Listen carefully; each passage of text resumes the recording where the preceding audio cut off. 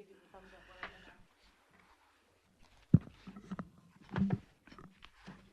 little early too.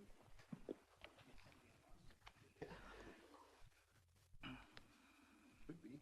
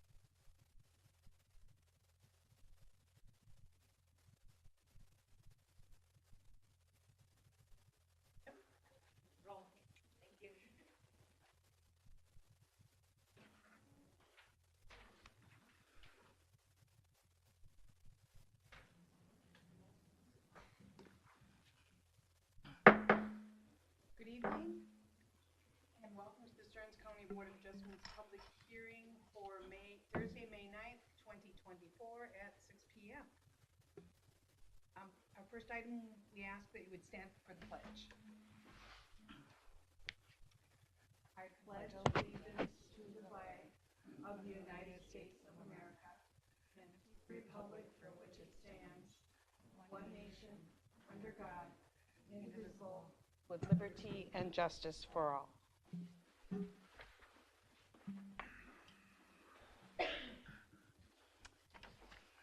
Thank you. We have a couple of announcements to make. If you are in possession of a cell phone or some other type of paging device, we ask that you put it on the silent mode at this time. Please note that all testimony is being tape recorded for the record. If you're going to speak, you will be asked to state your name, address for the record first, and then go ahead with your input after you have been recognized by the chair.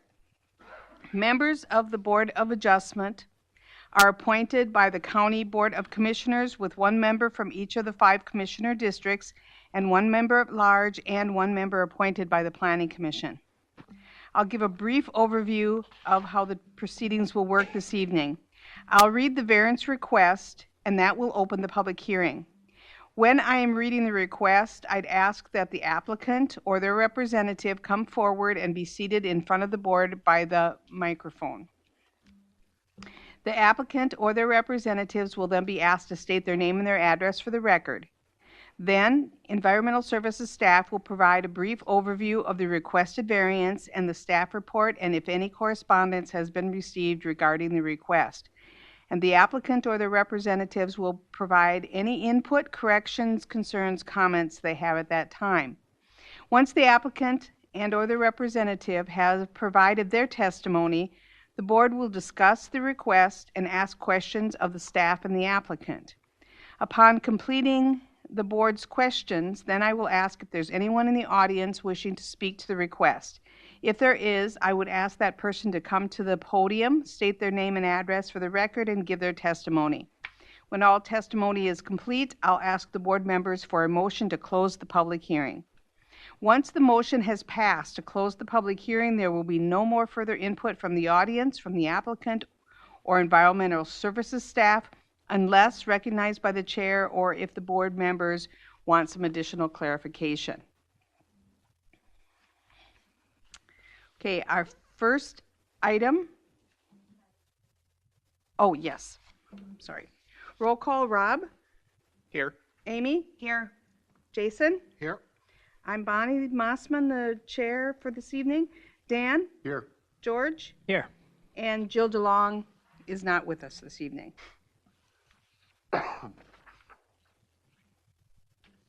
Okay. Our first item is a request from John and Lynn Stummas, Alan and Susan Stummas of Richmond, Minnesota, from Section 6.9.5D of the Stearns County Land Use and Zoning Ordinance 439, to permit a feedlot with greater than 10 animal units to construct a feedlot structure 640 feet from a residential dwelling. The said ordinance requires a 700-foot setback residential dwelling setback for a feedlot registered for 100 animal units or more. The affected property is 40-acre Tract 2, part of the west half of the southeast quarter, west of east 677 feet, and 200 acres, Tract 1, part of the west half of the northeast quarter of the southeast quarter of the northwest quarter, and the east half of the southwest quarter, Section 9 of Luxembourg Township. Tract 122, Range 30, Stearns County, Minnesota, and the property address is 1680118 or 185th Street, Richmond, Minnesota. And if the applicants could introduce themselves and give us their address. John Stummis, 18635 163rd Avenue, Richmond. Right. And we'd like to do roll call of which members were able to visit the site. Rob? Yes. Amy? No. Jason? Yes. And I visited the site. Dan? Yes, and I had a conversation with Mr. Stummis at the site. George? No. And Jill is not here. Okay. We'll move on to staff report, please. Madam Chair, members of the board. So this is a request to construct a feedlot structure 640 feet from a residential dwelling for an feedlot registered for 100 animal units or more. Said requirement is 700 feet. They're proposing a feedlot structure to be the 640 feet per the survey submitted, which is also part of your packet, to the nearest residential dwelling, which is to the northeast. On the west side of the proposed feedlot structure, an additional barn is proposed, so a total of 2 feedlot structures. The site is a registered feedlot for greater than 10 animal units, and their current registration was June 8th of 2021 for 142 animal units, and the current max allowed is 144.5. The animal type previously on site was cattle. The proposed animal type in the submitted feedlot construction short form permit application is broiler chickens 5 pounds or more for a total of 84,000 head, totaling 420 animal units. The parcel where the new feedlot structures are proposed is 40 acres. An adjoining parcel is 200 acres and contains the current feedlot and historic feedlot areas. The parcels are on the same deed. Ordinance Section 6.9.5D states the property line setback and residential dwelling setback shall be applied unless at least one person or entity is the full or partial owner of each parcel and a 10-foot setback is maintained from the property line. The west barn is proposed at 72.68 feet per the submitted survey. Both parcels are zoned A80. The neighboring residential dwelling to the northeast is also a registered feedlot, and it's registered for 99.5 animal units as of June 13th of 2023 and had a previous permitted 115 animal unit maximum allowed. The owners, Roger and Amy Voigt of the neighboring feedlot and residential dwelling, submitted a written comment on April 4th of 2024, which was also included in your packet. A manure management plan is required to be completed as part of this request. The manure management plan will be reviewed by environmental services staff and be required to meet the requirements of Minnesota Rule 7020 prior to permit issuance. The surrounding parcels are zoned A80. Road access to the property is from 185th Street. Environmental staff were on site March 25th, 2024 for a compliance inspection. The site was deemed compliant on April 9th of 2024 with Minnesota Rule 7020 and the Stearns County Ordinance 439. Luxembourg Township, the Cold Spring Record, and property owners within 500 feet of this property have been notified of this request. Included in your packet are the alternatives and recommended conditions. And then there is a buildable area map, zoning and LiDAR map, including the feedlot footprint map as well. And that's all I have, Madam Chair. Thank you. Mr. Stummis, if you could share with us your thoughts. The site, we're just trying to stay out of some low ground where it's at, and That's about it. Okay, if the board has additional questions, they Yeah. can ask those of you. All right, board members, questions for staff or the applicant? I have a question for applicant. Do you guys have any tile lines here? Yep. Can you show us on the map where exactly those are? The staff would have a pointer if you'd want to use that. One is right here.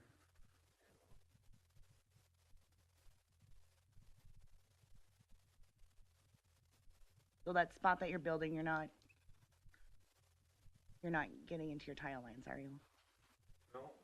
That'd be You're right in between them. My excavator said we were gonna redo that all once it was all graded out.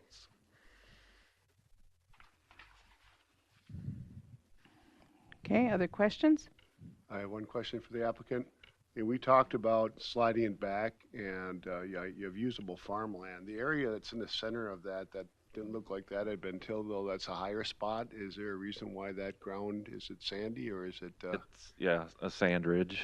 okay, that goes right through there. So, and what do you usually plant in that, or rotates out of there, or what do you usually? Just the standard corn and soybeans.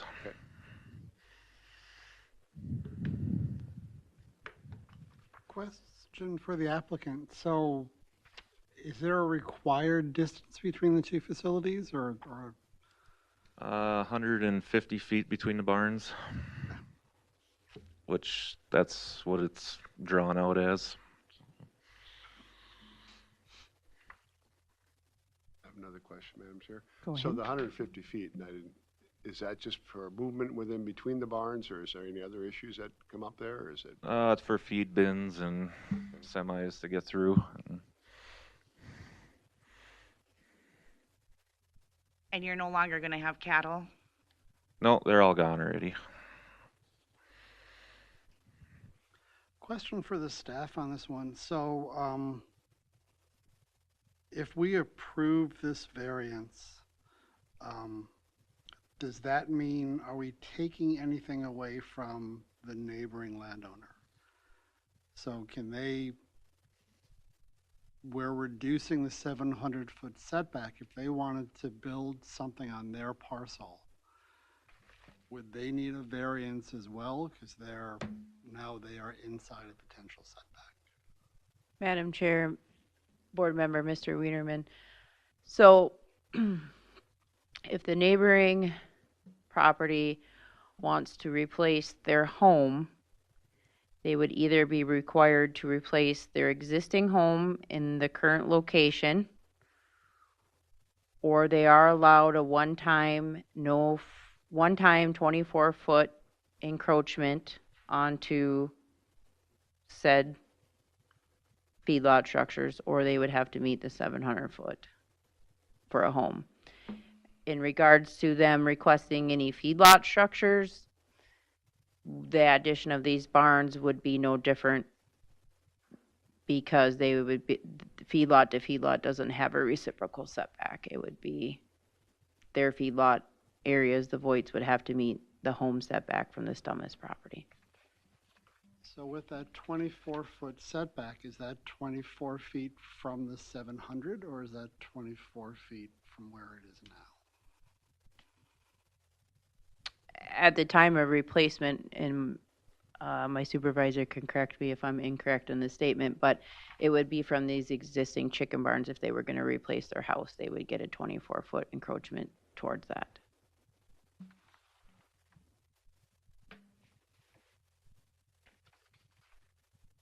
Okay, other questions? I have a question for the applicant. Who's Ellen and Susan Stummis? My parents. Okay. And they actually live on site then? Yeah, I own the house. They live there. And then, did you or your parents talk with the Voights about this? Yep, I talked to them. Okay, because we have a copy of their correspondence, but it doesn't really go one way or the other. It's Yep, I had a basically says conversation with we're them. aware of it. Doesn't say we're in favor of it or we're against it, but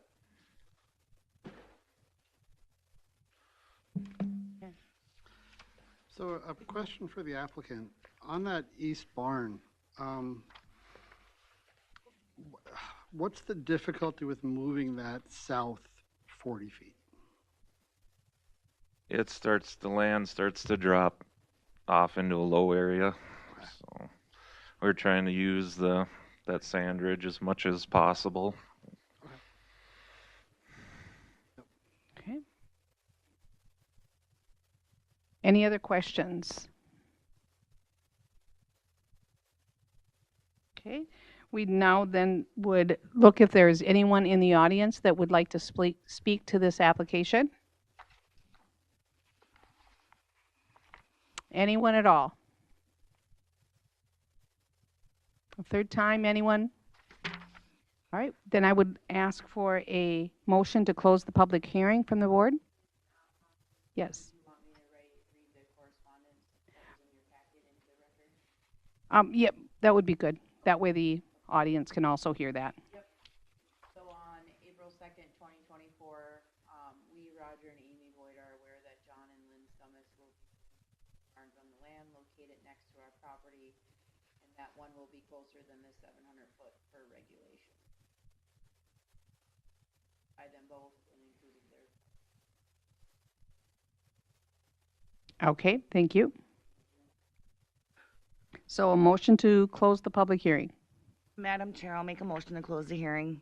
Is there a second? I'll second it. All right, we have a motion and it's second. All in favor? Aye. Opposed?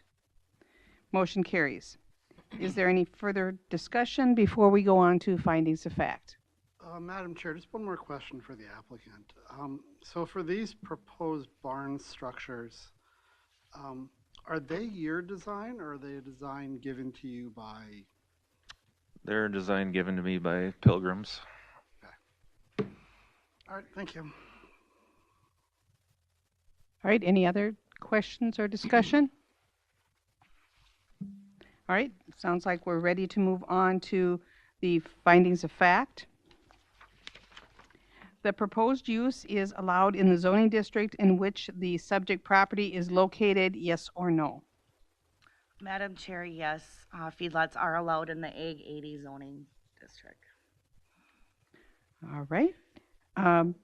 Any other comments on that? Rob? Yes. Jason? Yes. Dan? Yes. George? Yes. And I am a yes. Number 2, the variance will be in harmony with the general purposes and intent of the official controls and any related ordinances, yes or no?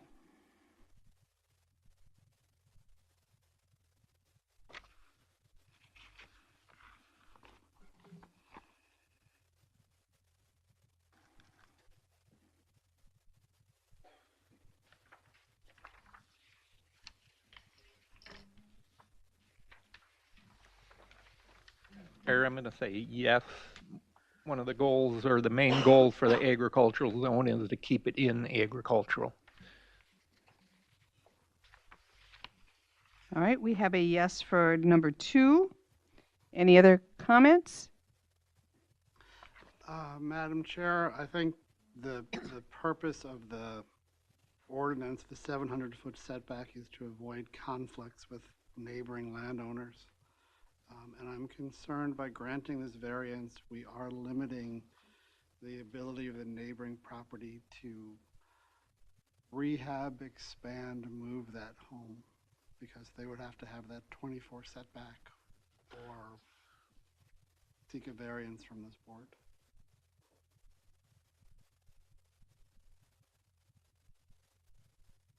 Okay, other comments?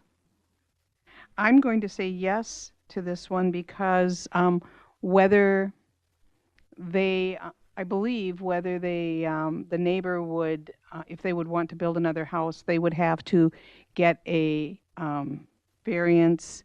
It might be a different distance of a variance, but I believe they'd have to get a variance either way. Madam Chair, if I may, they would be allowed a one-time 24-foot encroachment. If there's Encroachment. anything more, a variance would be needed. Also, if I may just make a suggestion, you're an even number of board members tonight, so you may want to consider abstaining, so in case there is a tie vote. which would be a denial. And, yeah, we can do that. I guess I was told in the past that we didn't need to do that, but I can do that. So Ty, you just drop out. Yeah. Okay, Amy, Yes. Dan, I'm going to say yes also. No, there- George? There are Yes. options. Okay, that's fine. Okay, number 3, the variance will be consistent with the comprehensive plan, yes or no? Madam Chair, I think it is under agriculture, agricultural goals number 1 and number 3, and agriculture use policy number 2. All right, we have a yes for number 3. Other comments? I'm gonna say yes to that also. I do feel that it is probably the best place for the barns to go. Okay, Rob, Yes. Jason, Yes. Dan, Yes. and I am also a yes. Number 4, the property owner proposes to use the property in a reasonable manner, yes or no? Madam Chair, I'm gonna say yes to this. It is reasonable to want to put chicken barns up. It's a job, it's a living. Okay, any other discussion? I'm also going to say yes, and the wise use of the valuable farmland is important. Okay. Rob, Yes. Jason, Yes. George, Yes. and I am also a yes. Number 5, the plight of the landowner is due to circumstances unique to the property, not created by the landowner. Madam Chair, as described by the landowner, there's a wet spot to the south of the site, which would make building a little more difficult, and they're trying to optimize the sand ridge through which the barn will be built. Okay, I'm glad my expertise is in. I'm also going to say yes for the same reasons with the wetland and also the location close to the house where his father lives, and you don't want to have him travel more than he has to. So. That's what you're saying. Like, you gotta all right, other comments? Rob, Yes. Amy, Yes. George, Yes. and I'm also a yes. Number 6, the variance, if granted, maintains the essential character of the locality, yes or no? Madam Chair, I'll say yes. It's agricultural. The neighboring properties are agriculture. I am also a yes. There's barns of that type and that type of activity out there, and so no issues there. Okay, Rob, Yes. Amy, Yes. Jason, Yes. and I'm a yes. Number 7, the need for the variance involves more than economic considerations. Yes or no? Madam Chair, Jason Wienerman, economics wasn't particularly discussed during this, and as the applicant stated, the design of the barns is done by Pilgrim's Pride, which is outside of his control as well. All right, any other discussion? Rob, Yes. Amy, Yes. Dan, Yes. George, Yes. and I am a yes. Having all yeses for our question, I would seek a motion to approve. Madam Chair, I'll make a motion to approve the variance. I'll second the motion. Okay, we have a motion and a second. All in favor? Aye. Or do we need to do a roll call on that? Or can we? We've been doing roll calls for everything, so Okay. I guess I would go through that for the final decision as well. All right, we'll do that. Rob, Yes. Amy, Yes. Jason, Yes. Dan, Yes. George, Yes. and I'm a yes. All right, so the motion carries. If you have any other questions about your application, you can talk to staff about that during business hours, and thank you. Good luck. Yeah.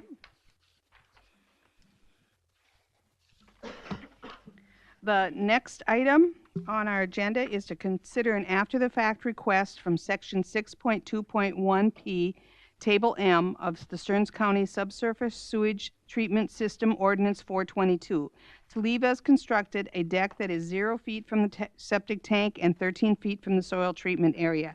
The said ordinance requires structures to be placed a minimum of 10 feet from a septic tank and 20 feet from a soil treatment area.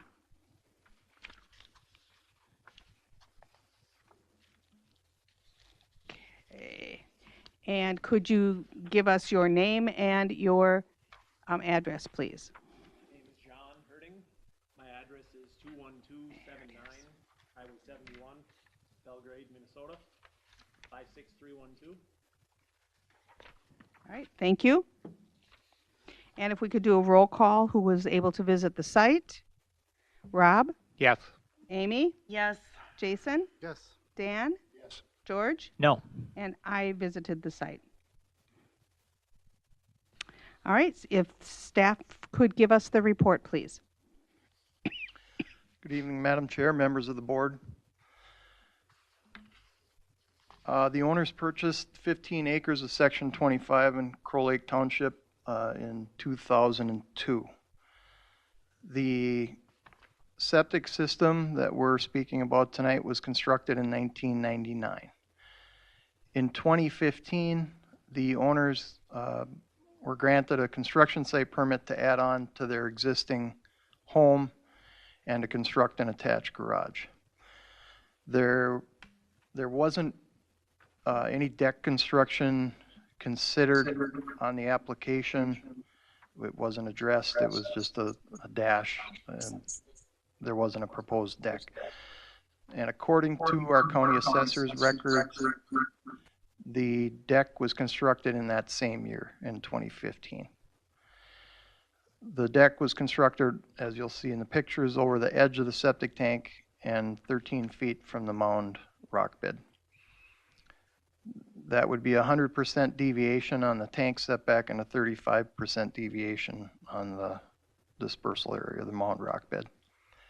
In March of 24, the owner applied for a permit to construct a shed. Staff reviewed the application, took a look at the overall property to make sure things were permitted, and then discovered the deck at that time. The owners withdrew the application pending the outcome of tonight's proceedings. And I thought I would note, because you may have this question, but what is the purpose of the setbacks, or what's the intent of the setback requirements?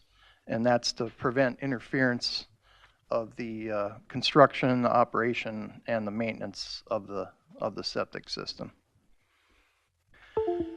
One alternative to the request would be to construct a 4-foot wide ingress and egress stairs from the door to grade from that fire exit door. This property is an A40 zoning district. Staff would recommend that if the after-the-fact variance is denied, we would require removal or reconfiguration of the deck by August 1st of 2024. The septic system itself is not required to be certified. We're not in a shoreland overlay district. Crow Lake Township, the city of Belgrade, and property owners within 500 feet have been notified of the request. I do not have any correspondence regarding this request, so at this point I'll turn it back to you, Madam Chair. All right, thank you. And if now we could hear from the applicant, if you have comments that you'd like to make. I guess the only comment I have is it's been working fine since I've put the deck on. I have not had an issue with the septic system. I've had it pumped several times since then. No issues at all gaining access to that. All right, thank you. Questions from the board? So, question for the staff. On the alternative or recommended condition number 2, is that alternative to the request would be construct a 4-foot wide ingress and egress stairs from the door to grade? Would that also involve removing the back portion of the deck, or would the deck remain intact with the stairs? Madam Chair, Member Wienerman, all of the deck that would be encroaching on the setback would have to be removed. And so in order to maintain or utilize that door on the deck, that exit door, they could do a 4-foot wide stairway to get down to grade. And that would be allowed and would not be considered an encroachment on the setbacks.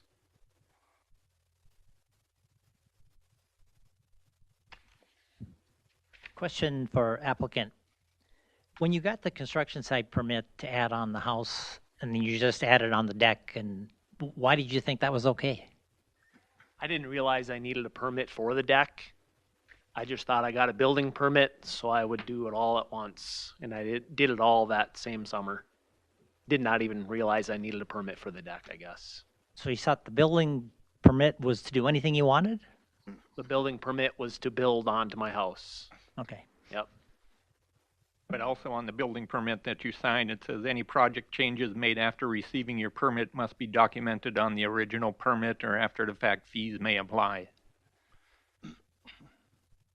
Yeah, it probably Which did. includes that. It probably did say that. I did not read it very closely, I guess. I just got the building permit and decided to go ahead with the project. So your intention was to build the deck all along? It wasn't an afterthought after you brought the new part in and... No, I was not planning on building the deck at first. Okay, then your main topic of discussion on your application is maintaining the fire exit. If you weren't planning on the deck, what were you planning for the fire exit? There was not going to be a door in that location to begin with. Okay. Right. Question for staff. So the deck wraps around part of the house. Does the entire deck need to be removed or just a portion over the septic system? Madam Chair, Member Wienerman, technically, he could gain an after-the-fact permit for that portion of the deck that would not encroach on the setbacks. So I would say everything would have to be removed probably over to the bump out. And then again, the 4-foot wide stairs from the door down to grade. Thank you. You have small children? Yes, I do. How many? 3. Okay. I'm assuming they play out there quite a bit. Oh, yes, every day. Okay, any other questions from the board?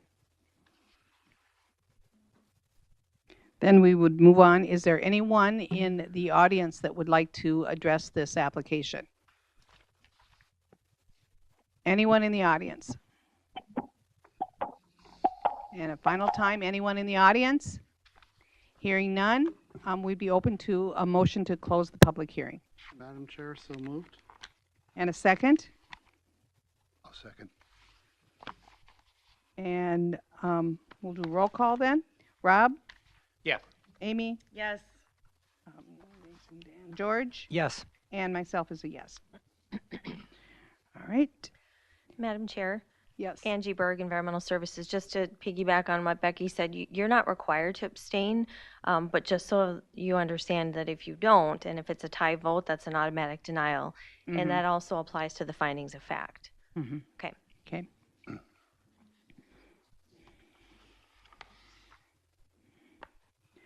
Okay, any further discussion? All right. Then we are ready to move on.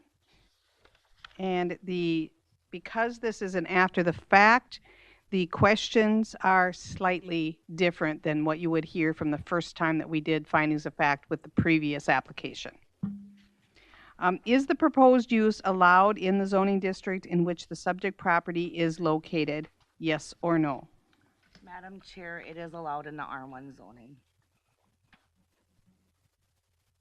Any other comments? Rob? Yes. Jason? Yes. Dan? Yes. George? Yes. And I'm also a yes. Number 2, the variance is in harmony with the general purposes and intent of the official controls, and specify the purpose statement that this applies to.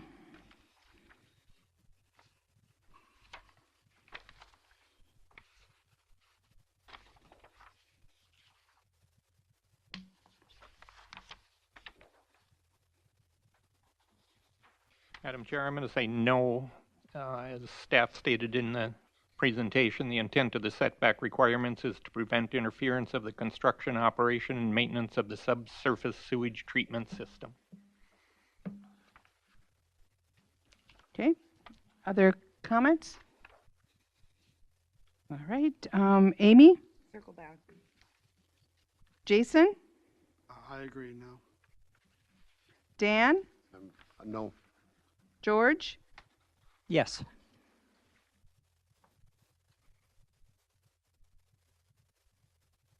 Back to Amy? No. And I will also be a no. Number 3, is the variance request consistent with the comprehensive plan?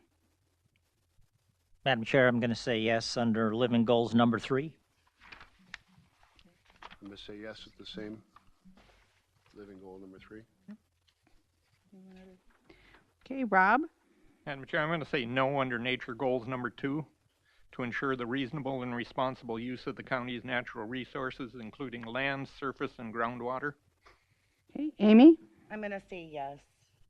There's also small children running around there too, you guys. Jason? I'm going to say no with the agreement to the previous statement. And I will be a yes. Number 4, is the property owner proposing to use the property in a reasonable manner not permitted by official controls? Madam Chair, Jason Raymond, I believe they are intending to use it in a reasonable manner. Right. Other comments? I'm also yes. I'm sorry, I didn't hear that. Yes, and they are, yes, in a reasonable manner. Okay.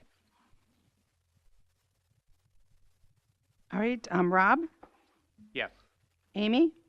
Yeah, and I'd like to add, that door to the deck, if there wasn't anything there and someone opened that door, you could easily fall out of there. And they do have the option of putting a stairway there then, with a small, is there a small landing permitted then at the top of the stairway? Yeah. And so I would be a yes as well there. Number 5, is the plight of the landowner due to circumstances unique to the property not created by the landowner? Madam Chair, I'm going to say no. It was not part of the permitting process when it should have been. Okay. Any other comments? Amy? I do have to say I do agree with Rob, so that was negligence on your part, Okay. so I am a no. Okay, Jason? No. Dan? No. George? No. And I'm also a no. Number 6, will the variance maintain the essential character of the locality? Madam Chair, I'm going to say yes. Having a deck is characteristic of that area. Okay. Rob? Yes. Amy? Yes. Jason? Yes. Dan? Yes, and I think that having a deck is great, but your intent was for a fire in that case, and that usage, and that can be adequately granted with by putting a landing in there, 4-foot wide egress. And I'll also be a yes. And the last question, the need for the variance involves more than economic considerations, yes or no?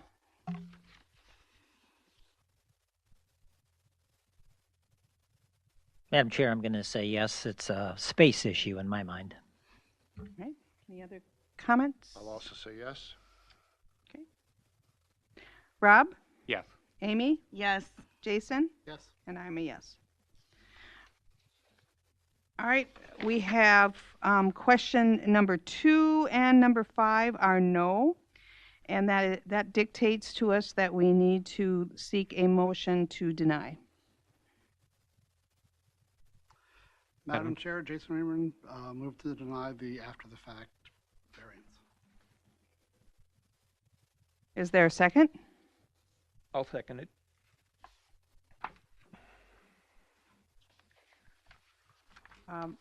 Amy? Yes. Dan? Yes. George? No. And I am a yes. So motion carries to deny. You can check with staff during regular business hours as far as what you can do from here forward. So I have to remove it, you're saying? you can talk with staff as to what the stipulations would be. I believe he indicated there would be a portion of the deck that possibly could remain depending on where the setback is. Madam Chair, we'll have to circle back on that tomorrow. We do have a number of items on our agenda that we need to keep the meeting going. Yeah. So you can talk to staff tomorrow. Madam Chair, can we go back to question number 3? I'm missing a couple votes there. Okay. Number 3, I have, and if the board members could correct me if I'm wrong, I had no for Rob, yes for Amy, no for Jason, yes for myself, yes for Dan, and yes for George. Is that correct? Okay, thank you. I was just missing Dan right. and George. I think that you made the motion, I seconded, and we didn't get roll call. Okay. All right, thank you. We are moving on then to So what's the plan? Do I find out tonight, or am I supposed to call somebody tomorrow for a yes or no? No, the motion was carried to deny. And so your request for variance was denied, and what your options are to do from here, you can discuss with staff during regular business hours. So John, I'll talk to you tomorrow about how we proceed from here. You'll call me, or I call you, or The afternoon, tomorrow afternoon sometime. Okay. I can call you. you come All up right. with a plan. Okay. Yep, we Yep. can talk about what. All right, and now we're ready to move on to agenda number 3, which is a request from Barry Meyer and Denise Langer of Meyer Langer Trust in Freeport, Minnesota, from sections 9.9.9A 3 of the Stearns County Land Use and Zoning Ordinance 439 to construct a new residential dwelling less than 63 feet from the center line of Birch Cove Road, classified a township road. The said ordinance requires structures to be set back a minimum of 63 feet from the center line of a township road. Also, an after-the-fact request to leave as constructed a legal non-conforming residential accessory structure less than 100 feet landward of the Big Birch Lake, classified the recreational development.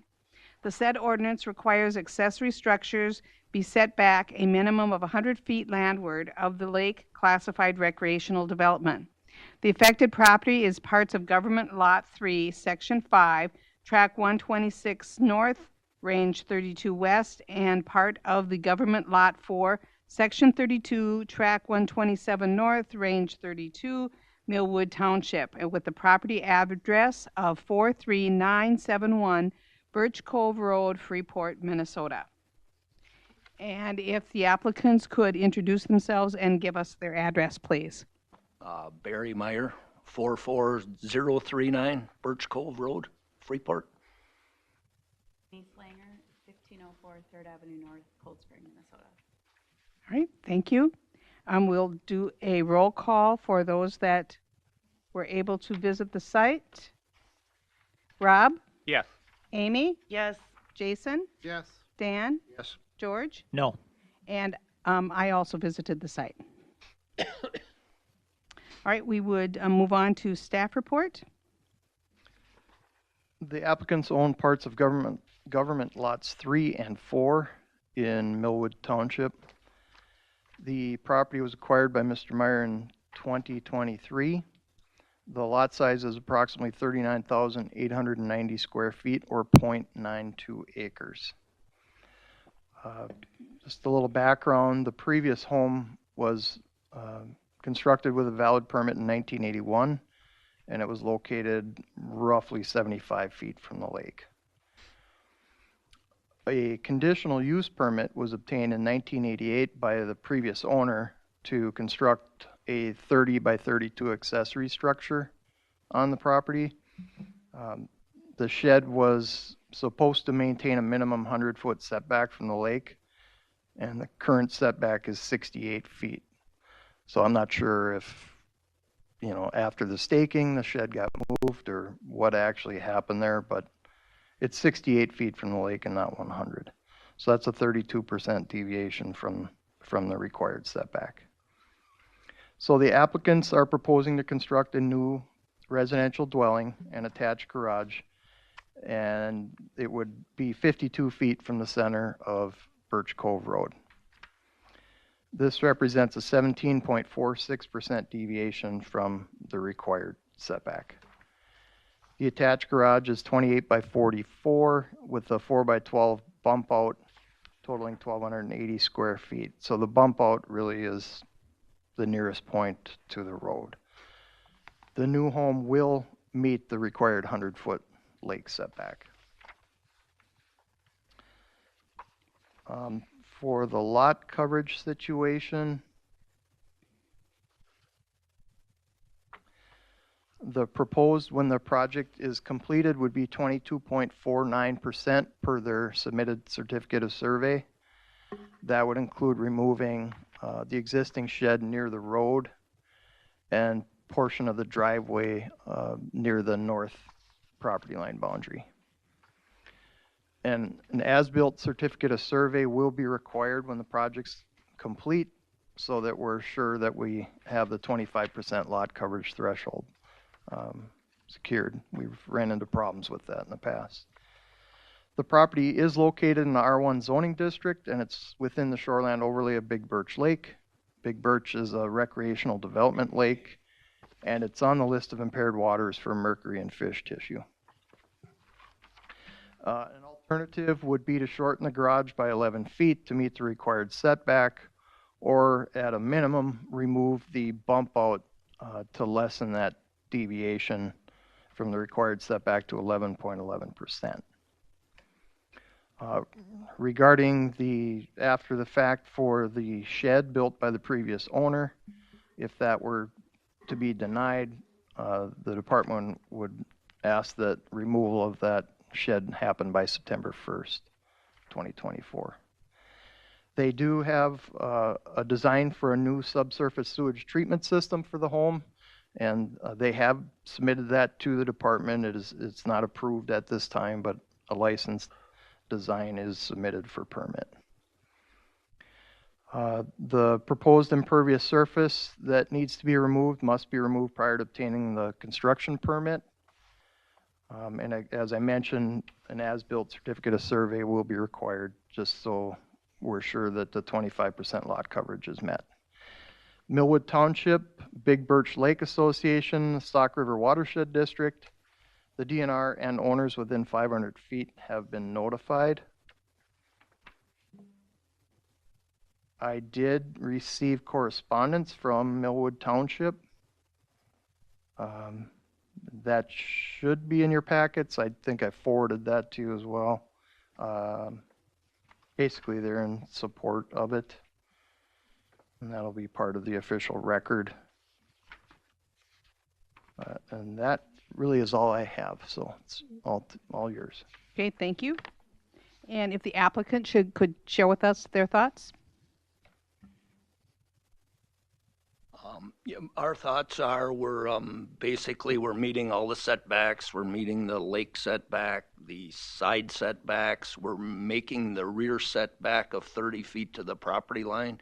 We just cannot meet the setback to the center line of the road because it's a narrow township road. So, we feel like we're not encroaching on anything other than it's really a skinny road. So we don't make the center line setback, but meet the rest of the setbacks. And as far as the garage that was built in 30 years ago or whenever it was, that was there when we got there,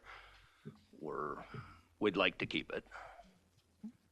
We are removing the garage in the back of the lot that is right on the road. So we're actually taking that one away, which definitely doesn't meet the setbacks. Okay. All right, thank you. Discussion from the board or questions? Madam Chair, I have a question for the applicant. What's in that building you want to save? It is a cold storage detached garage, Okay, so there's nothing in it. There's no living plumbing, quarters no per se heating. or anything like that. Right, no. Lawnmowers and lake stuff.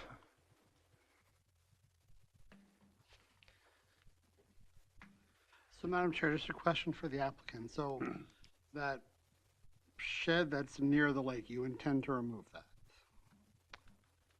the shed that's near the lake is the one we want to keep. The shed that's near the road, we want to remove, and we have to remove. That's the only place that the septic can go. All right, thanks for the clarification.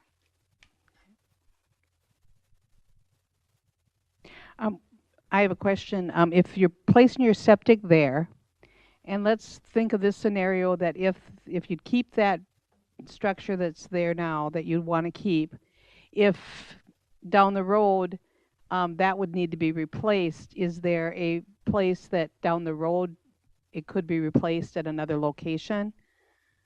Not really, due to where the septic system needs to go, and the as the lot goes to the south, it gets very low. We really can't move that garage anywhere. All right, thank you. Other questions or comments from the board? I have a question for the applicants. How fixed are you on that 4-foot bump out? What purpose is that going to serve other than encroach on the road right of way? It was a nice spot for a workbench area, and it gave a little look to that end of the house. Could you do without it?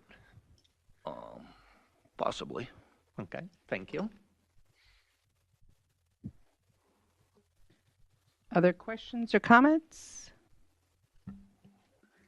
Then we would open it up to the public. Is there anyone in the audience that would like to speak to this application? Anyone at all? For a third time, anyone at all? Hearing none, I'll accept a motion for closing our public hearing. I'll move to close public hearing. In a second, I'll second it. all in favor? Aye. Okay. Opposed? Hearing none, it is approved. Is there any further discussion? All right, looks like we're ready for findings. Do we have to break this into two? One. We can do the after fact first. It would be two findings. One would be a regular findings of fact, and one would be the after the fact findings. Any preference from the board as to which we do first? I think we should do the after fact first. I would think that would be a good idea. So the after the fact findings would be to request to leave as constructed a legal non-conforming residential accessory structure 68 feet landward of the Big Birch Lake, the classified recreational development. Number one, is the proposed use allowed in the zoning district in which the subject property is located? Yes or no? Madam Chair, yes, it is allowed in R1. And state the type of use and district for the record.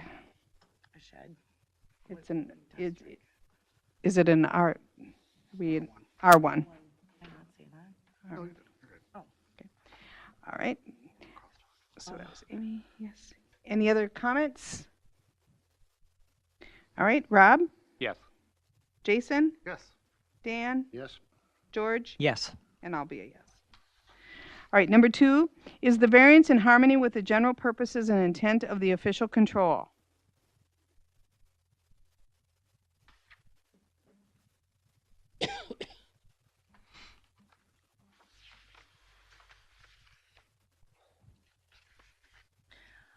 I'm gonna say, yeah, it's been there for 30 plus years. I mean, that wasn't his fault. It was prior built.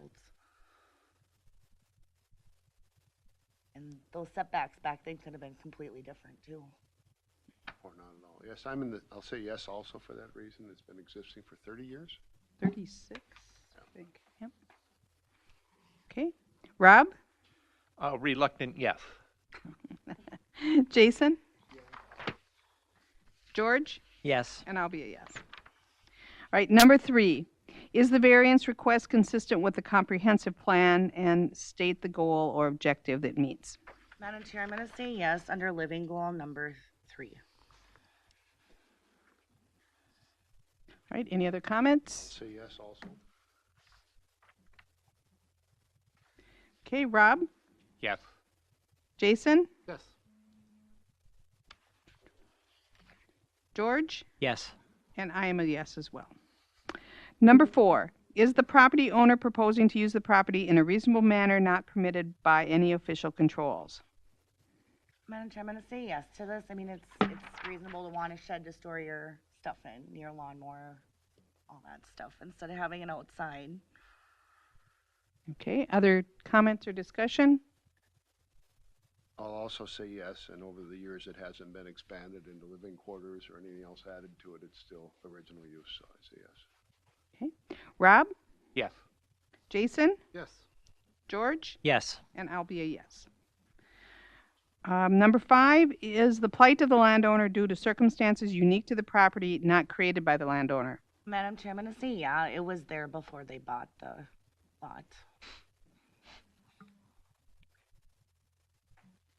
And I'm going to say yes for also the reason that, you know, the lot doesn't allow for a lot of other space for them to put, if they wanted to, you know, tear this one down and put something else up, they really wouldn't have a lot of other space for it.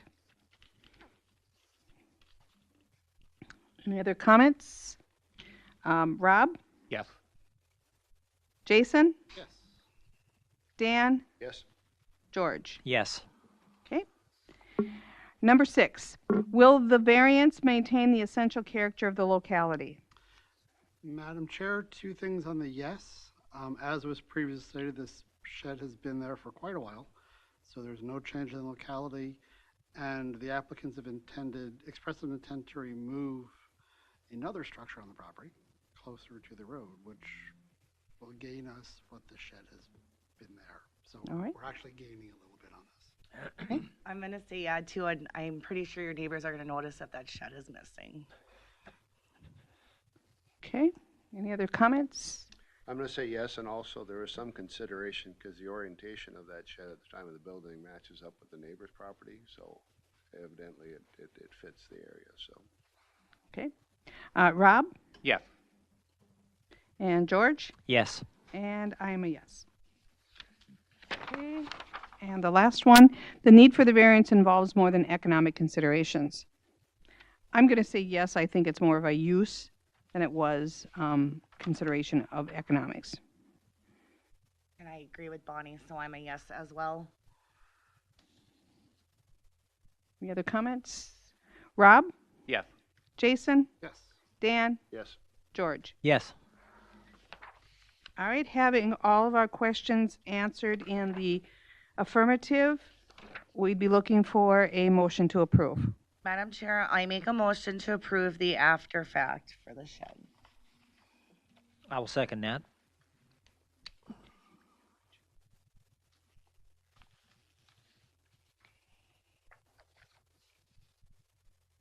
Rob? Yes. Jason? Yes. Dan? Yes. And I am a yes.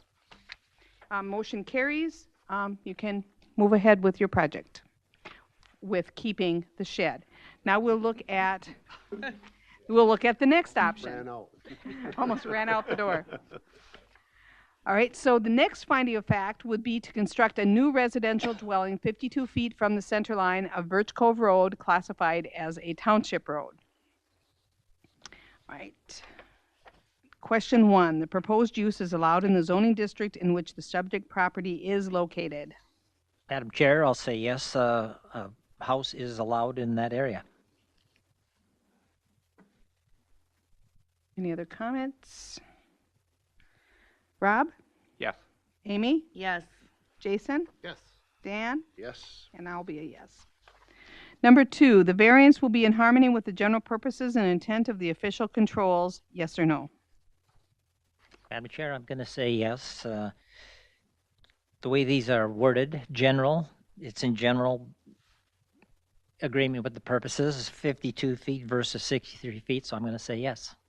And I'd like to add to George's, there is a letter here that the township is supporting it as well, so I am a yes. All right. Rob? No. Purpose of the ordinances and the guidelines are to keep the right-of-way clear of structures and hazards. It's not a very busy road. Absolutely not, but Jason? I'm gonna say yes. Dan? I'm a yes. And I'm a yes as well. All right, number 3, the variance will be consistent with a comprehensive plan. Madam Chair, I'm going to say yes. Lakeshore Living Policy number 8.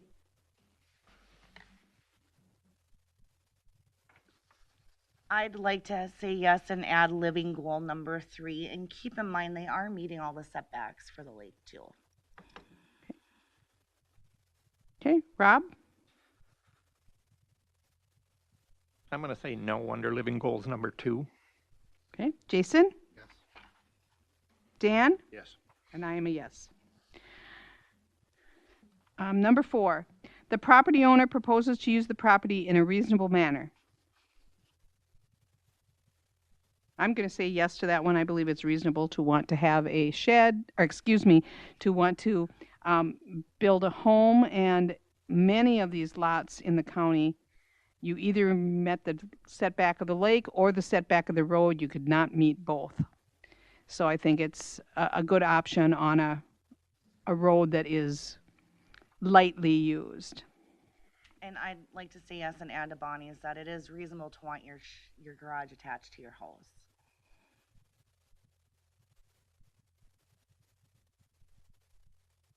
Okay, any other comments? Okay, Rob? I'm going to say yes, but there is 4 feet that the owner could help that percentage with, that extra bump out on the garage. And that's something that could be considered in the final motion. I will say yes. Okay. Jason? Yes. Dan? Yes. And George? Yes. Okay. Number 5, the plight of the landowner is due to circumstances unique to the property, not created by the landowner. Madam Chair, I'm gonna say yeah. I mean, it is how the lot's laid out too. I mean, they are trying to do the best they can with setbacks. Okay. Any other comments? I'd also say yes, and the location of that road, it is, again, it's a small road, but it is up an embankment, and they really just kind of can build where they gotta build. Okay. All right. Rob? I'm going to say yes, and it's commendable that they're meeting the lake setback to begin with. Okay. Jason? Yes. George? Yes. And I'm yes. Okay, number 6, the variance, if granted, maintains the essential character of the locality. Madam Chair, I'm gonna say yeah. It's not gonna alter anything. The other homes are there too. All right. Not Other gonna change the comments? neighborhood. I'll also say yes, they removed an existing structure, and putting that back in won't change. Okay. Rob? Yes. Jason? Yes. George? Yes. And I'll be a yes. Number 7, the need for the variance involves more than economic considerations. Yes or no? Madam Chair, I'm going to say yes. It's not economics. It's a space issue. Okay. Other comments? All right. Rob? Yes. Amy? Yes. Jason? Yes. Dan? Yes. And I'll be a yes. With all of the questions being answered in the affirmative, I'd be looking for a motion to approve. Madam Chair, I'll make a motion to approve the variance. I'll second that. All right, we have a motion and a second. So, Rob? I'm going to say no. Jason? Yes.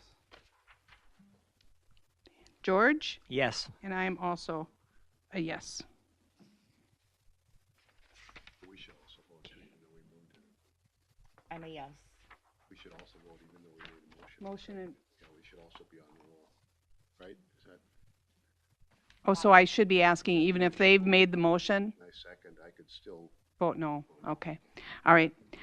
Dan? yes. Amy? Yes. Okay. So, the motion has been approved. So your variance has been approved. Unless there is an addition of any conditions. All right, with no conditions, then we're ready to move on to our next item.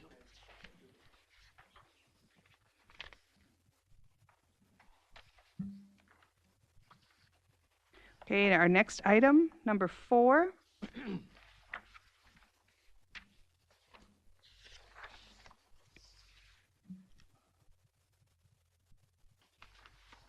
Okay, you're going to have to apologize, or I will have to apologize for slaughtering your last name. Julfs? Jules, silent F. Jules. Oh, okay, silent F. Okay, thank you. Okay. He's a teacher, so she gets what that means. Yes, yeah, yep. A request for Jamie and Micah Jules, trustee of the Jules Family Revocable Trust, Cold Spring, Minnesota, from sections 9.9.9A3 of Stearns County Land Use and Zoning Ordinance 439, to construct a new attached garage less than 63 feet from the center line of the Frostview Court, classified a township road. The said ordinance requires structures to be set back a minimum of 63 feet from the center line of a township road. The affected property is Lot 6, 7, and part of Lot 8, Cedar View, Zumwaldy Lake, Section 29, Track 123 North, Range 30 West of Wakefield Township. And the property address is 18253 Frostview Court, Cold Spring, Minnesota. And if the applicants could give their names and addresses, please. Micah Jules, 18253 Frostview Court. And I'm Jamie Jules, 18253 Frostview Court. Okay, thank you. And we'll do a roll call for the site visits. Rob? No.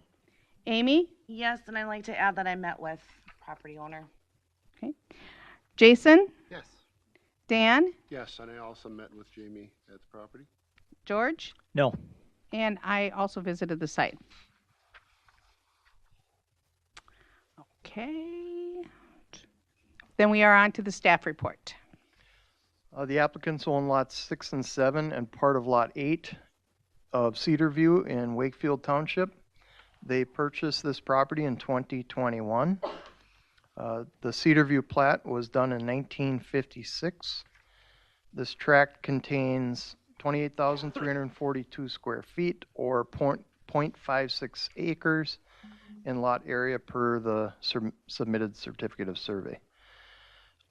In 2022, the applicants applied for and were granted a variance and a construction site permit to add on to the home, and also permit after the fact some work that was done by a previous homeowner.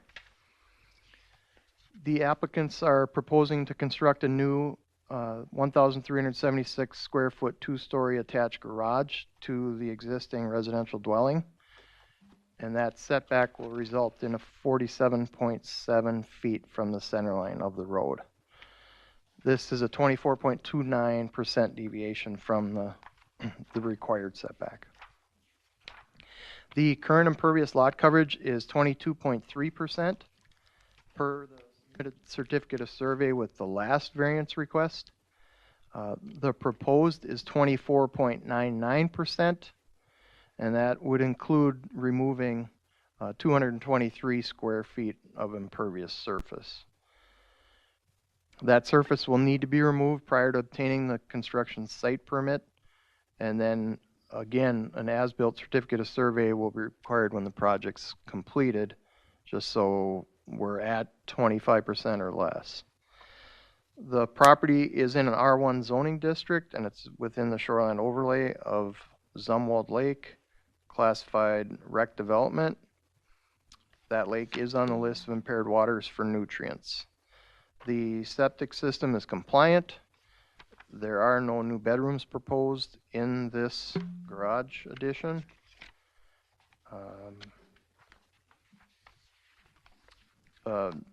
Something to note that a variance was granted last May 2023 for the neighbor right to the east of this property to construct a new home and attached garage 51 feet from the center of Frostview Court. The City of Richmond, City of Cold Spring, Sauk River Chain of Lakes Association, Sauk River Watershed District, DNR, and owners within 500 feet have been notified of the request.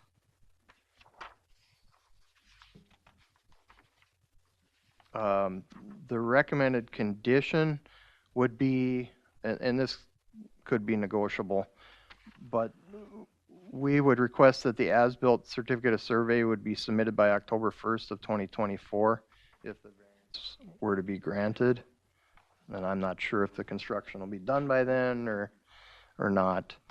I do have correspondence from the township, and I did forward that on to you. And basically, to summarize, it's in support of the request. And that's all I have, Madam Chair. All right, thank you. If the applicant would like to add their comments? Sure. First of all, appreciate your time, consideration tonight, and for those of you that made the effort to come see the site. For those that didn't, I'll just briefly describe kind of the road or so-called road that we're on. It's a non-maintained township road. We are the last last property on that road, so there's little to no traffic outside of our own family. As we considered kind of the structure that we are planning here, obviously took into account the lakeshore setback and prioritized that we were not encroaching on that 100 feet. Also mindful of the 10-foot side setback to the neighbors, and then had a narrow window where to attach the garage to the current house structure. So that was the mindset, how we landed at where we did. And the last thing I'll just emphasize the letter of support from Wakefield Township. We've worked closely with them through our past construction projects and have demonstrated a desire and to maintain the kind of look and feel of the area and follow the protocols. Just to clarify, the conversation we had, the vacant lot next to you, you guys did try to inquire purchasing, correct? We did. That's state-owned property, and they were unwilling to sell, but we were able to carve out a small part of that and purchase it from the state so that we had the required setback around our well, a shed, and a propane tank.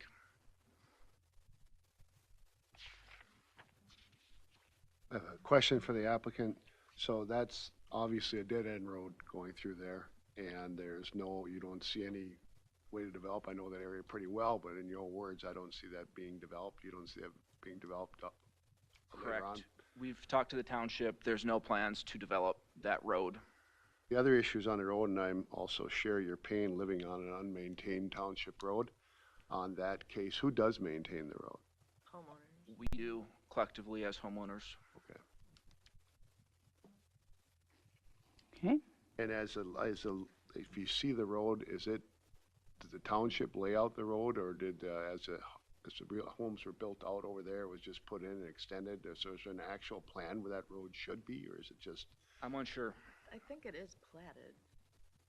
It is? So there Maybe a is some question sort for of the plan staff. to it, but I don't know, over time it's maybe. Yeah, Madam Chair, Member Ray, it is a platted road, but oftentimes we find, especially on lake shore properties, that the road is put in where it was easiest to construct. And that would be my point, because I've got one of those also. Madam Chair, Angie Berg, I was just going to add, as everyone's been indicating, it's dedicated to the property line all the way to the west. And I can't really share this, but the lots that are all the way to the end of that dedicated road are large in size, and they're already developed, and so the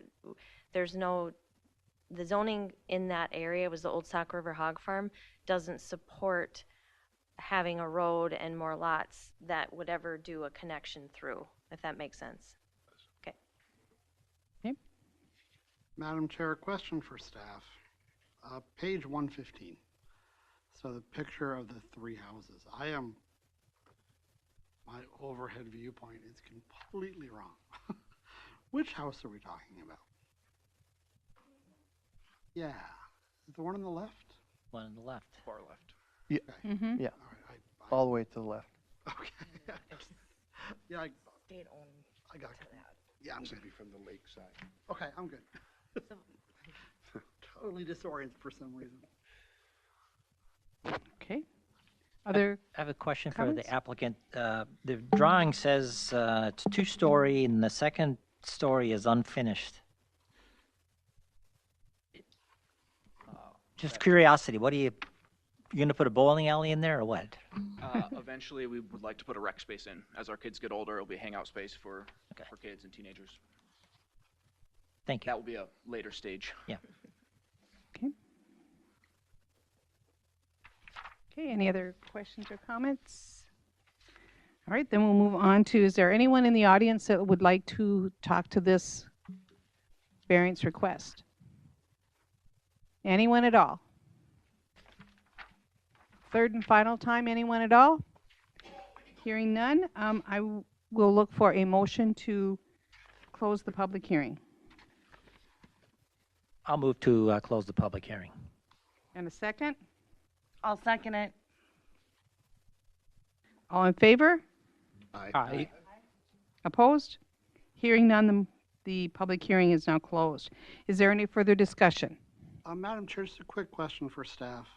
So, as the applicants indicated, this is a fairly minimum maintenance road of the township. Are all township roads treated equally, regardless of their maintenance status? Madam Chair, Member Wienerman, the setback is the same, whether the township maintains the road or not, or if it's a private easement, it's the same setback. All right, thank you. Okay, any other comments? All right, then I believe we're ready to move on to our findings. And the variance request is construct a new attached garage 47.7 feet from the center line of Frostview Court, classified a township road. The proposed use is allowed in the zoning district in which the subject property is located, yes or no? Madam Chair, I'm gonna say yes, it's an R1 area and an attached garage to a house is permitted. Okay. Any other comments? Okay, Rob? Yes. Amy? Yes. Jason? Yes. Dan? Yes. And I'm also a yes. All right, number 2, the variance will be in harmony with the general purposes and intent of the official controls and any related ordinances, yes or no?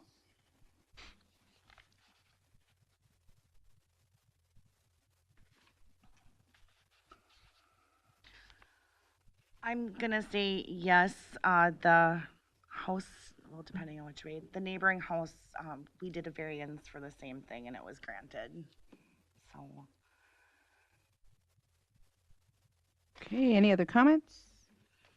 Madam Chair, I'm going to say no. With this one, it's a fairly sizable intrusion into that exclusion zone. And while the road is currently minimum maintenance, that doesn't mean it's always going to be minimum maintenance. So if the township does improve that road, this could create a potential challenge for road maintenance. Okay. All right, any other comments? Okay, Rob? I'm going to say no, agree with Jason. Okay, Dan? Yes. George? Yes. And I'm also a yes. Number 3, the variance will be consistent with the comprehensive plan, yes or no? Madam Chair, I'm gonna say yes on Lakeshore Living Policies number 8. Madam Chair, I'm gonna say yes to living goals. Number 3 is support housing options. Okay, any other comments? Rob?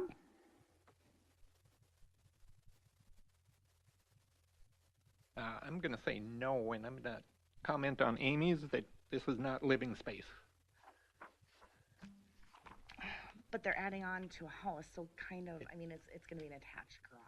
I mean, do you Right. walk from your Right. unattached, your garage No, to your living I space? agree with that, but it's, And also, if the upper part is someday going to be a rec room, that's going to be living space. Kids, I mean, that's where kids are gonna go hang out. Yep. So yeah, it would be. Okay, next, Jason? Oh, yeah, yes. Dan? Yes. And I'm also a yes. Number 4, the property owner proposes to use the property in a reasonable manner, yes or no?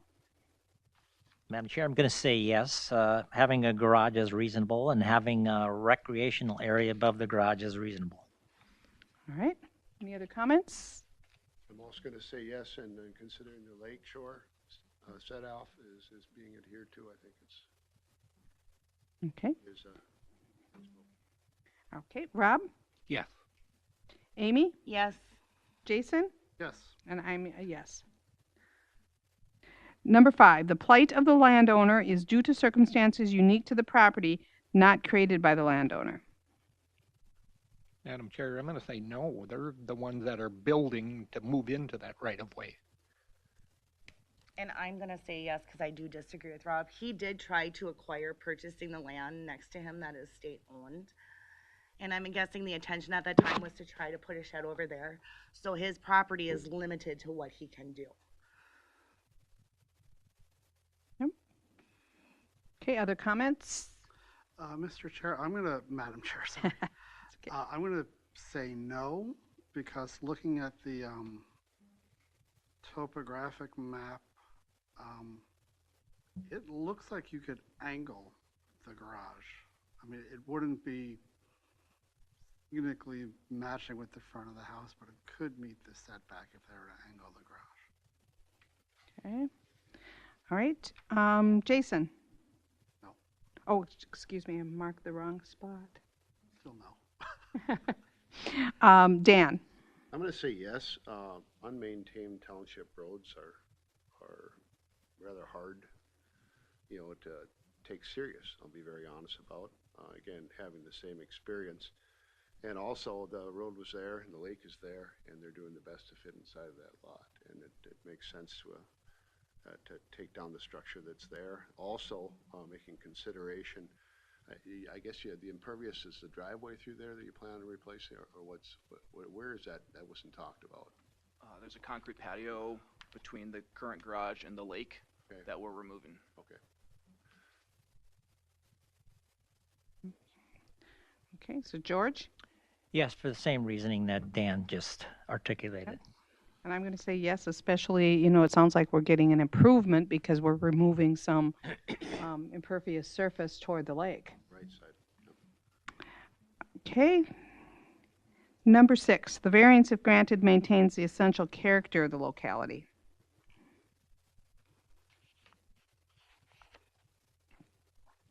Madam Chair, I'm going to say yes. It's a residential lakeshore area, so having a garage will not. It's just an addition to a residential structure. And I'm going to say yes for the reason that, when you look at the design, it's designed to look like it fits with the house and also fits with the neighborhood. Other comments? I'll also say yes. I think that design, for the same reason, will improve it, push up your tax base a little bit, get some money for the townships. Okay, Rob? Yes. Amy? Yes.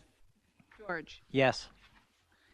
Number 7, the need for the variance involves more than economic considerations, yes or no? I'm gonna say yes. I don't think economics were discussed. Any other comments? Okay, Rob? Yes. Jason? Yes. Dan? Yes. George? Yes. And I will be a yes as well. All right, with all of the questions being answered in the majority, the affirmative? Madam Chair, I just want to comment and add to this. I don't know if it was noted, but the township was on board with this as well. They had full support with them. All right, we'll notate that. So with all of the questions being answered in the affirmative, we'd be looking for a motion to approve the variance. Madam Chair, I'll make a motion to approve the variance.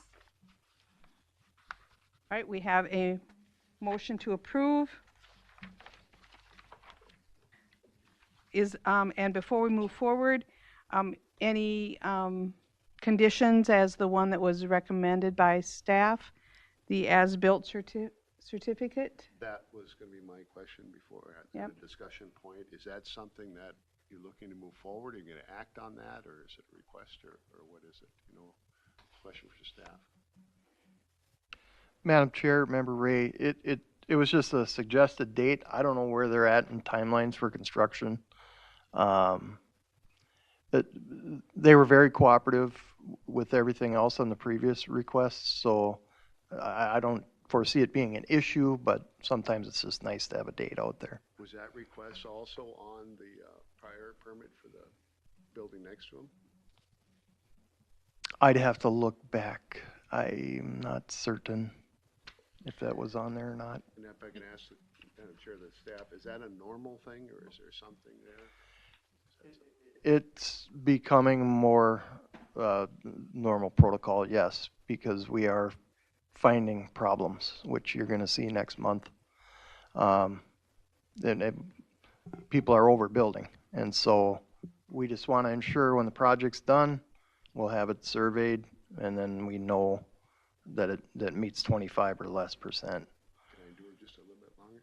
So in the You can give you're talking about adjusting that timeline? Well, I'm asking on that. So would that have stopped what happened with the shed that was built up on Birch Lake after the fact? You said that somebody just built it after it was staked out, or?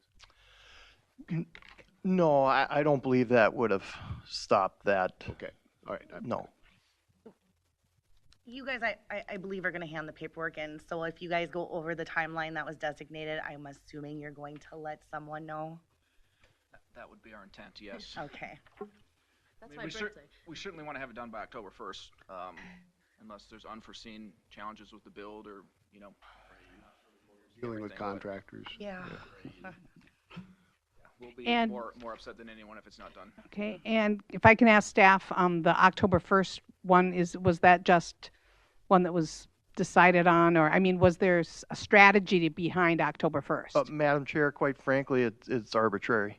Okay, so we you could could, say December 1st if you just want. to give them a little leeway, all right? Sure. Yep. Yeah, that's All right, fine. Amy, you made the motion. Would you like to add anything to your motion? Well, I'd like to keep the October deadline, but also give them the room to let staff know if they need longer time.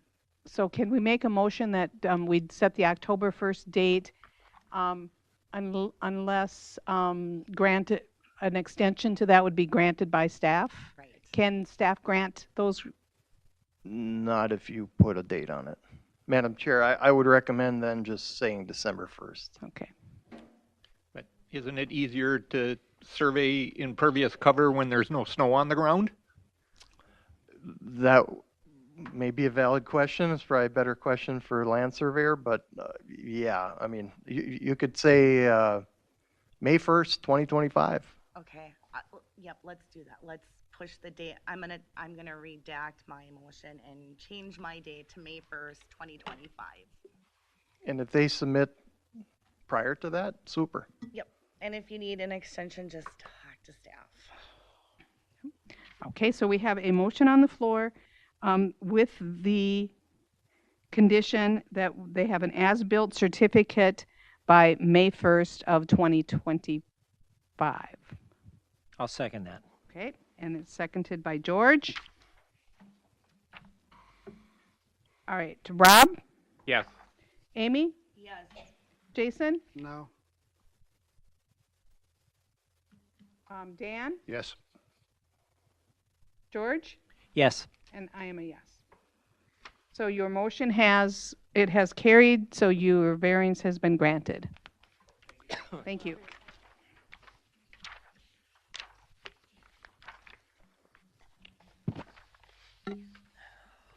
Is anyone on the board in need of a break, or are we good to continue? I'm good. Everybody's good to continue. Okay, let's push on. Item number 5 on our agenda is a request from Scott George, President of McCowan Builders LLC, Woodbury, Minnesota, on behalf of Brenda Frank and Trista Kimmis of Lakeville, Minnesota, from sections 5.1.2C to 9.9.9A1, 10.2.11A, 1A, and 2 of Stearns County Land Use and Zoning Ordinance 439 to construct a screen porch and deck addition for expansion on an existing legal non-conforming principal structure less than 10 feet from the side property line in an R1 zoning district less than 100 feet landward and ahead of the established building line on Horseshoe Lake, classified a recreational development lake. The said ordinance requires structures be set back a minimum of 10 feet from a side yard property in an R1 zoning district, a minimum of 100 feet landward or at or behind the established building line on a lake classified recreational development. The affected property is Lot 4, Block 3 of Breezeway Shores, Section 36, Track 123 North, Range 31 West of Munson Township. And the property address is 20544 Elkview Road, Richmond, Minnesota. And if the applicants could give us their name and their address, please. You want our home address or the cabin address? Home. Brenda Frankie, 17999 Grantham Lane, Lakeville, Minnesota. Trista Kimmis, 17999 Grantham Lane, Lakeville, Minnesota. All right, thank you.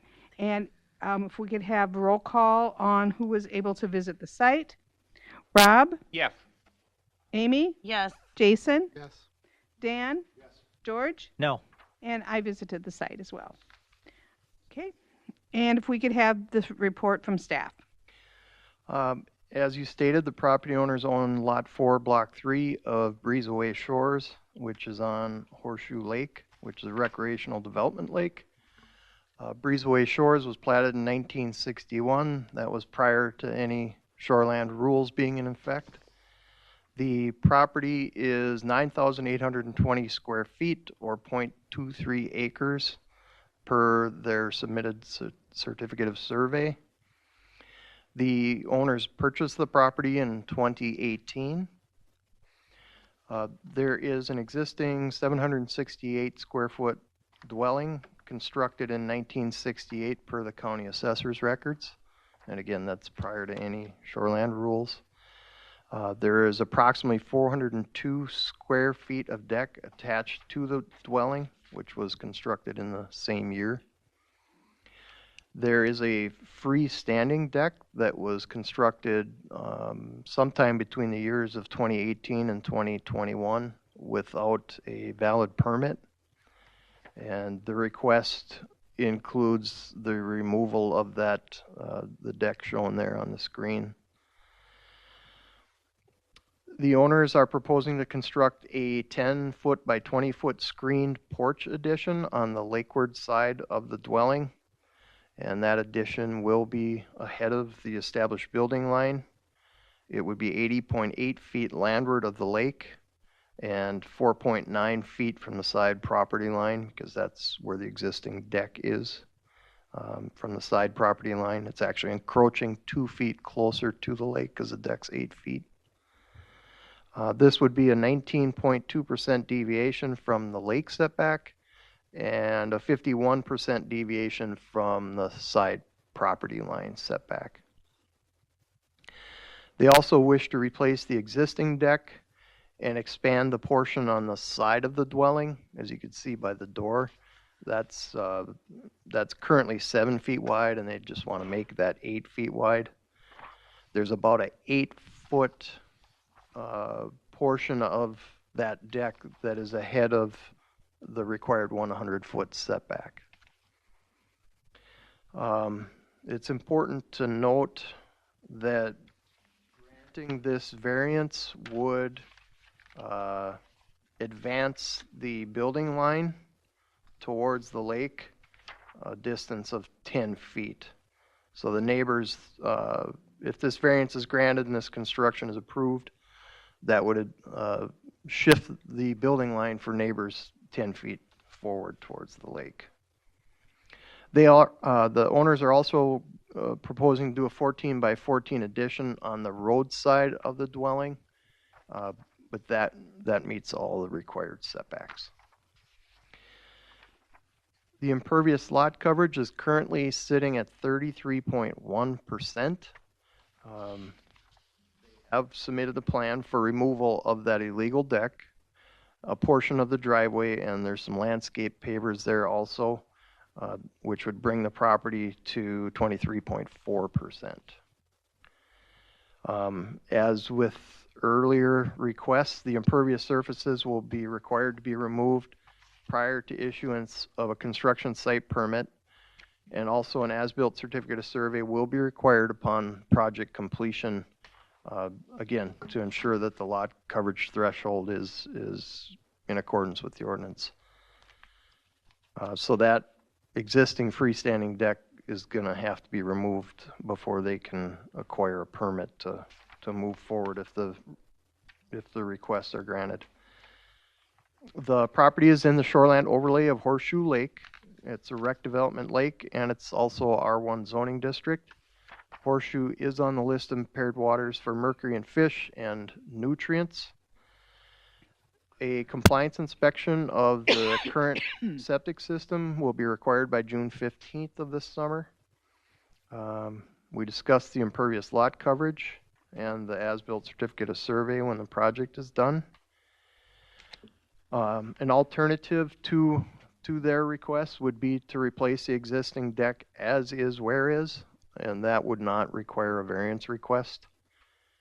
Munson Township, the Sauk River Chain of Lakes Association, Sauk River Watershed District, DNR, and owners within 500 feet have been notified of the request.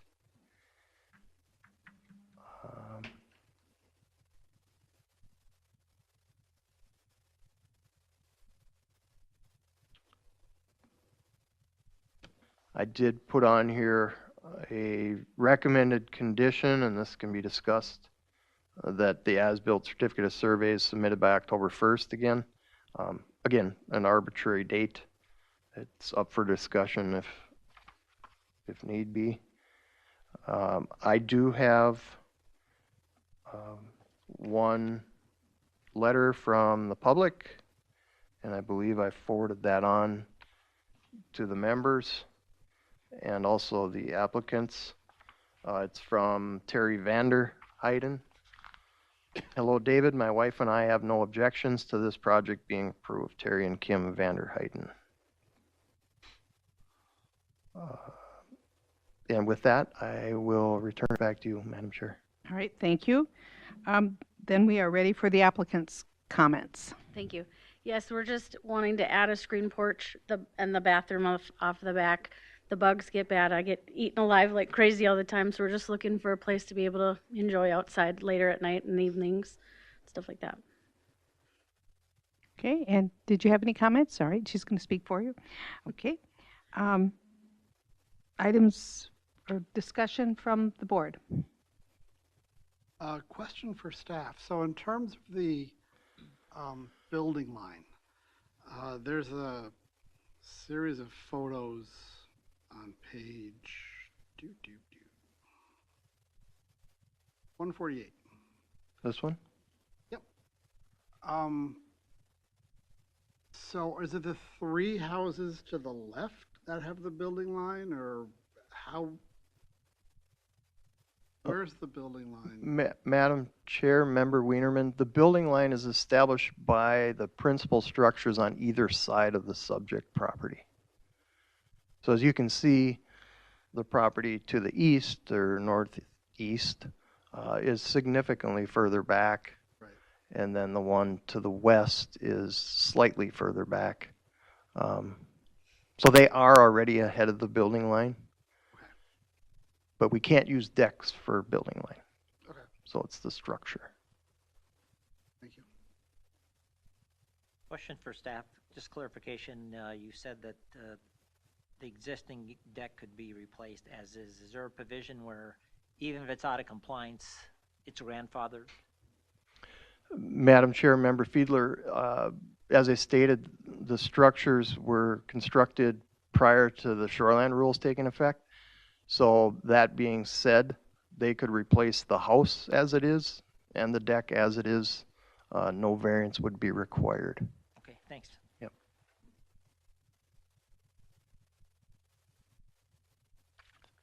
I have a question for applicants. I just want to know your thought process and why you can't replace it as is.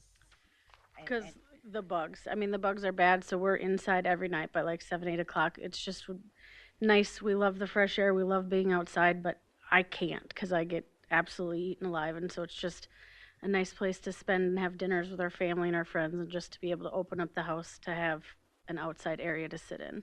So this might be a question for staff and just clear. So if they replace it as is, can they add the enclosed part to the as is? Madam Chair, Member Sherping, that would be considered an expansion. That would be an expansion.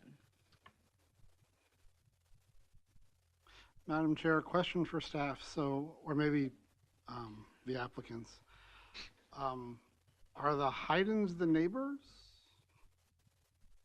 We had a comment. Vander Heidens, yes, they're on They're the west side. They're the ones who you're getting close to. No, other side. Okay, all right.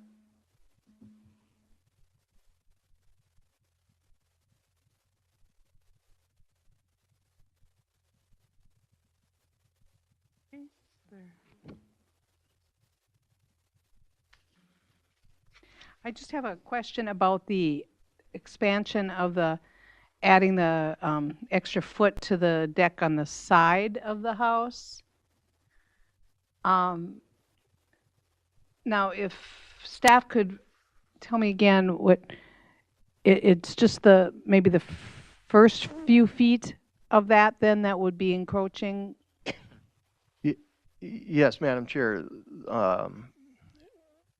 Basically, from the front of the house, 8 feet back towards the road is ahead of the 100-foot setback. Everything behind that could be expanded because it meets property line setbacks, road setbacks, lake setbacks. It's just that portion. So is that portion affecting the building line? No, it's not. Okay. And just a question for the applicants. Did you consider adding, it might be not as desirable, but did you consider adding a screened-in section on the deck on that side of the house?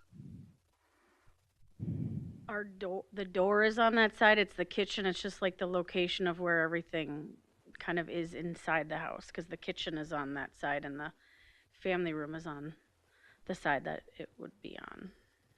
Okay, thank you. Preferably. Other questions from the board members? Okay. Is there anyone in the audience that would like to comment? Anyone at all? Final call, anyone at all? Hearing none, we'd accept a motion to close the public hearing. Madam Chair, I have one more question. I'm sorry. Go ahead. Just thought of this. Are your neighbors year-round residents there? And is your intention? On either side, no. They're not, and they're seasonal. Is your intention to be year-round or seasonal? Eventually, we'd love to retire up here. Okay. I have a question for staff. If this gets approved, then the Vander Haydens would be allowed to build that 10 feet closer to the lake and still be behind the building line. That's correct.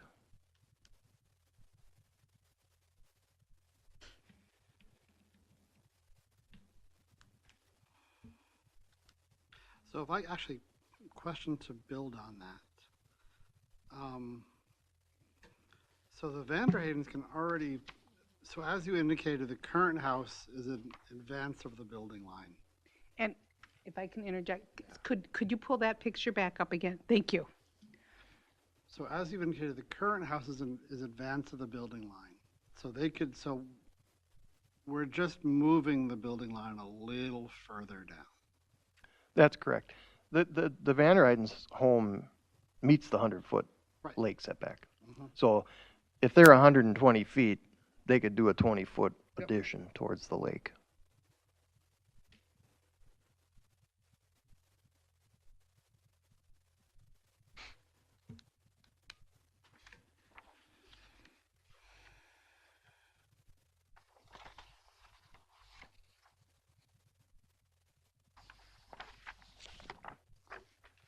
Right, any other questions? And if we have a motion to close the public hearing. Also move. Okay, is there a second? I'll second it. All in favor? Aye. Aye. Aye. Opposed? Hearing none, the public hearing is now closed. Any further discussion? Then we are ready for findings. Now, we have a choice to either do both requests on one finding, or we can do the deck and the screen porch separately. Which would be the wishes of the board? I'm not sure. I'm not sure I understand what you're asking. Why would there be two? Well, because you could approve the expansion of the deck without approving the screened-in porch, or you could do the screened-in porch without the side deck expansion. You'd have some choices. I can read to you the two different options if we did them separately so you could hear what it would sound like. Okay. Okay, so if we did the screened-in porch, it would just be saying a variance requested to construct a screened-in porch. The other variance request would be to construct a deck addition for expansion of an existing legal non-conforming principal structure 4.9 feet from a side yard property in an R1 zoning district, 80.8 feet from landward and ahead of the established building line on Horseshoe Lake, classified as a recreational development lake. So, Madam Chair, actually, question for staff regarding that. So if we combine them together and deny the variance, can we then review them separately? Madam Chair, Member Wienerman, I'm not sure I'm following you. So we have the option of approving the screened-in porch. We have the option of approving the deck expansion. Okay. And we have the option of approving them combined. If we review them combined and the board says no on the variance, can we then review them separately?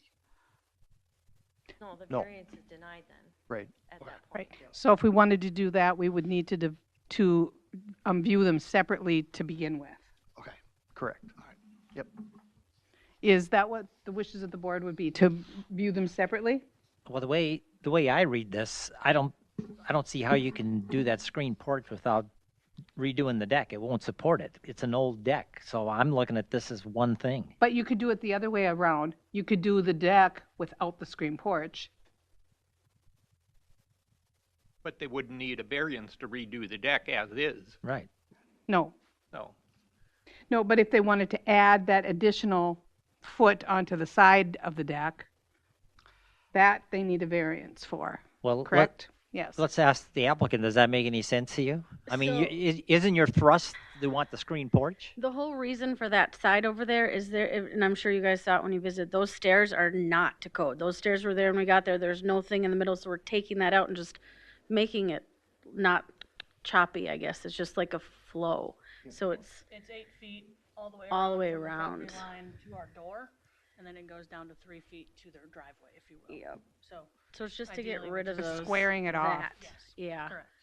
So that's, I mean, So that's why. If we didn't do the screen porch, it would just be the 8 feet existing, to match those codes. So then, to sort of repeat the question, would you like us to view these together as one package, or would you like us to view them separately? So the screen porch is set to come out the 2 feet. That is one piece, is what you're saying, and then this little side of the 8 feet is separate. You can do them separate if that's what you would prefer. It's, I mean, we're just trying to make that deck a lot safer as well. Yeah. 'Cause it's, And looking at that is, if we do them all together, it's either a yes or a no to the whole project. But if you want to do them separately, we could vote yes to both of them, no to both of them, or yes to one and no to the other. separate. Madam Chair, the contractor's on the phone. He would like to interject some Oh, okay, thank you. comments. We have closed the public hearing, but because you're on the phone, we're going to grant you the time to give us some input. Thank you. Could you say your name and address for the record? Go ahead, Scott. Yes, it's Scott Gordon with McOwen Builders, and I'm at W1. Just a moment, they're adjusting the volume. We'll tell you when we're ready. Yeah, it's Scott Gordon with McOwen Builders. I'm at W12049, 559th Avenue in Prescott, Wisconsin, 54021. And I'm sorry, I tried to be on virtually, but we had some technical difficulties, I think. So I couldn't get on the way I would like to. I would like to thank the board for hearing the variance request. I know you're taking time away from your families, as we all are kind of for this. You know, I don't want to, so the variances for the side setback and for the lake setback. And I'll touch base on what was said earlier when the house was constructed and what the setbacks were back then. Now for my clients, the 100-foot setback is halfway in their house already as it is. I will agree that the deck that was built without a permit, that will need to be removed. That was discussed with my clients. Not only the fact that there was not a permit pulled, but it's not safe. It's got a 5-foot cantilever. It's got to go. The other deck, the existing deck on there is framed at 2 feet on center, so that deck's going to have to get rebuilt no matter what for safety. Again, there's the west side of the deck.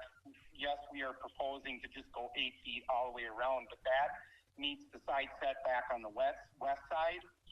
The deck already is within the 100-foot setback at it already being built at 8 feet out on the lake side. They are proposing to do a 10 by 20 foot screened in porch on the east side, or starting at the east side working its way west. So yes, it would come out another 2 feet, but for the most part be built on the existing deck. The side setback, it's really not going to change. It's still going to be 4.9 feet, no matter how or what they build. But if you look at the existing deck, there is a privacy fence on that one end already built up at about the eve height. So, you know, we're trying for a lot that's already non-conforming and based on, you know, whatever the cabin lines are now or the house lines to the lake are now. That house is completely unique, and it is because it is already ahead of everybody else.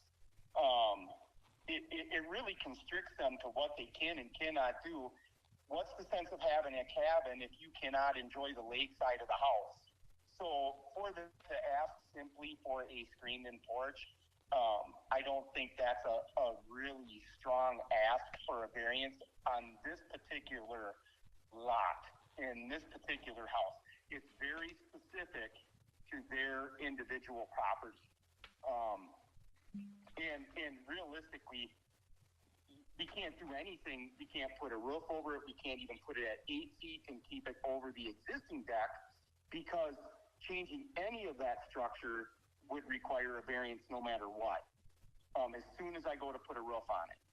And so I guess that's what I would love to, or ask the board to consider when looking at this. The variances are really simple.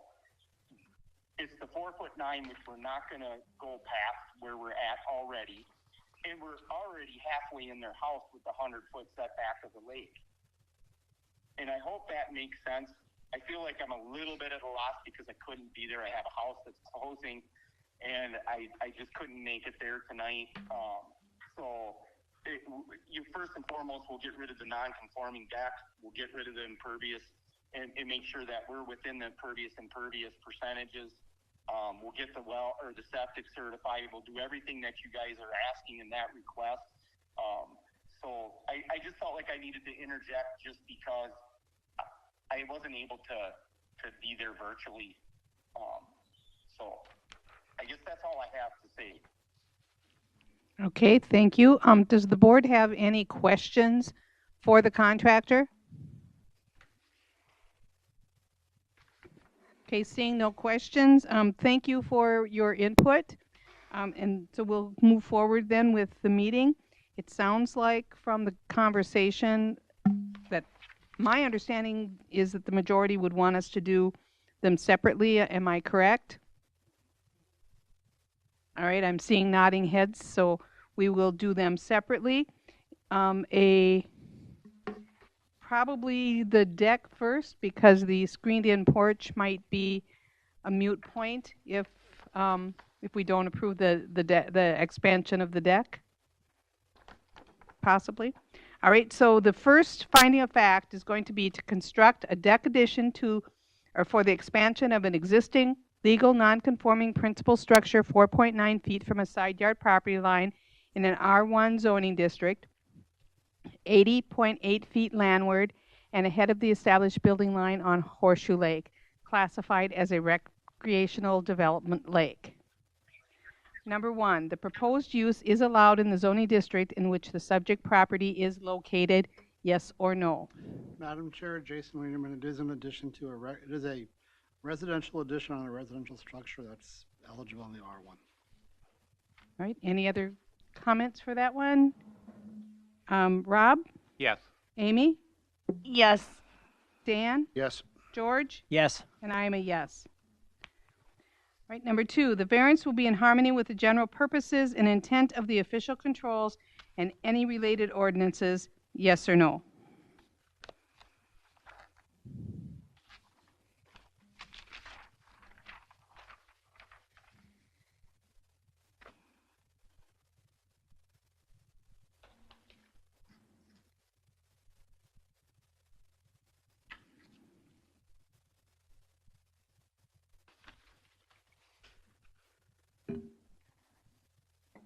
Madam Chair, I'm going to say yes, it's in harmony because the little addition to that deck is not significant enough. So I think it stays in harmony with the official controls. I'm going to say yes and add it. They're not worsening it. They're improving it.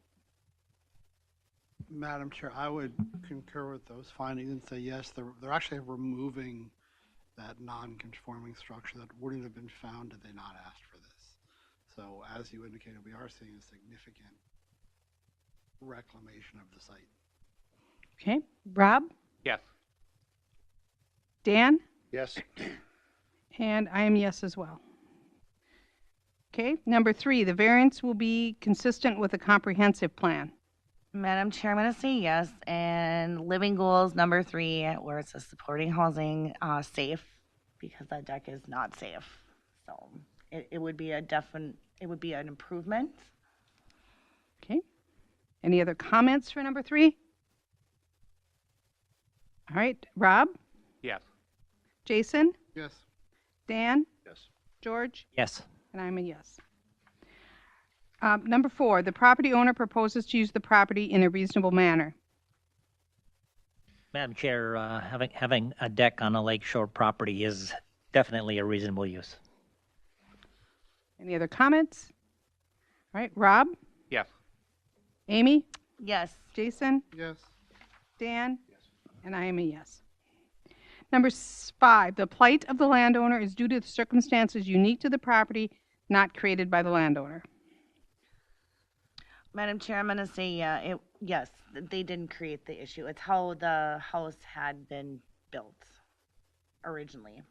And at one time, it may have met the setbacks when it was constructed. So. Okay, any other comments?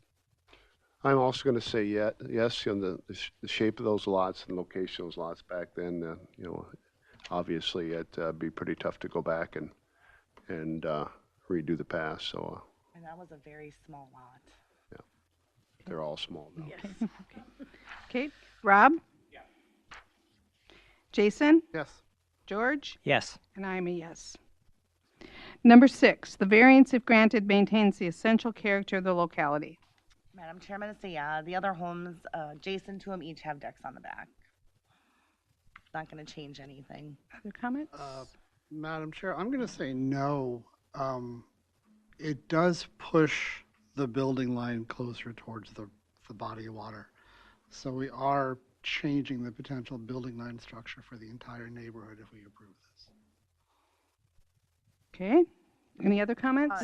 Question for Madam staff. Chair, Member Wienerman, Dave, you can correct me if I'm wrong, but I don't think that's correct for just the deck. Madam Chair, Member Wienerman, the deck portion would not advance the building line. It's the screen porch part.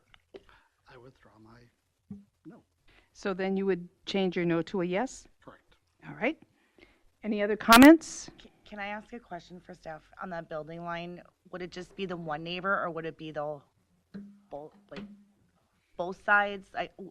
What neighbors would be getting affected with that building line? Madam Chair, Member Sherping, it would impact both adjacent neighbors. Just the adjacent neighbors who already have met that setback? Yeah. Okay. Thank you. Okay, any other comments? Okay, Rob? Yes. Dan? Yes. George? Yes. And I'm going to say yes with the comment that for the one neighbor on the one side, they're so far back already that they would have to put just a huge addition onto their house before gaining from the additional building line setback. The other one maybe not. But Again, Madam Chair, This doesn't this affect the isn't building affecting the line. building line. Fine. We're only talking about the deck right now. Okay, all right, Okay. all right, thank you. Mhm. All right, so I'll save that comment for the next one. Number 7, the need for the variance involves more than economic considerations. Madam Chair, yes, economics were not discussed. Any other comments? Okay, Rob? Yes. Jason? Yes. Dan? Yes. George? Yes. And I am a yes. All right, seeing all of the majority votes were in the yes, we'd be looking for a motion to approve. Madam Chair, Jason Ruin, so move to approve the variance with the as-built date by December 31st of this year. Okay. So we have a motion. Is there a second? Madam Chair, I'll second it. Okay, Amy. Oops. All right, roll call on that. Rob? Yes. Amy? Yes. Jason? Yes. Dan? Yes. George? Yes. And I'm yes. So we have approved the variance for the additions and changes onto the deck. All right, now we will look at the findings of fact for the construction of the screened-in porch. The proposed use is allowed in the zoning district in which the subject property is located, yes or no?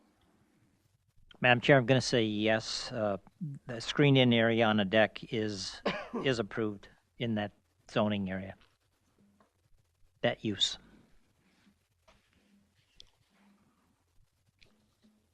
Okay, we have a yes for George. Any other comments? Okay, Rob? Yes. Amy? Yes. Jason? Yes. Dan? Yes. And I am a yes.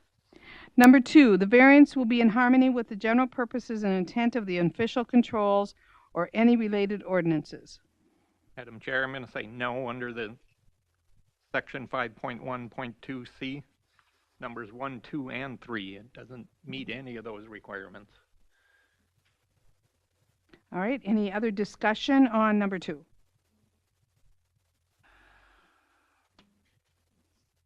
But some of it's due to the uniqueness of the property. So I'm going to say yes. And I disagree with Rob. Okay, other comments? Madam Chair, I'm going to say yes. It's just 2 feet more toward the lake, which is, in my opinion, when it talks about general purposes, that can be subjective. So I think it's minimal more, and so I'm going to say yes. Okay, other comments? I'm also going to vote Okay. yes, after visiting the site and seeing and being very familiar with the chain and what's out there. I think that this is an improvement and it fits underneath the general purposes and the intent. Okay, Jason? No. And I'm going to say yes. Okay. Number 3, the variance will be consistent with the comprehensive plan, yes or no?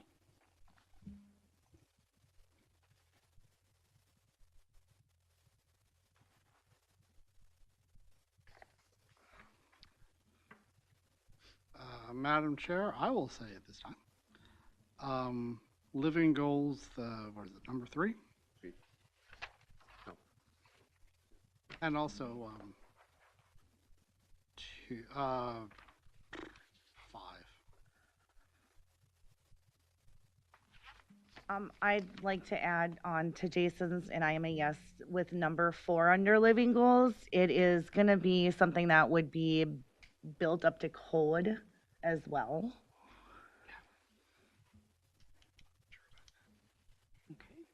Any other comments? It would be safer, but that's definitely for sure. No one's fallen through. Okay. Rob?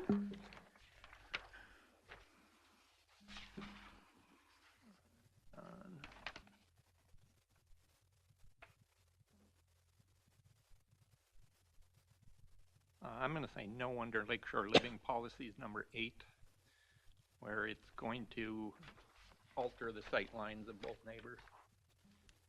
Okay. Dan? I'm going to say yes. George? Yes. And I am a yes as well.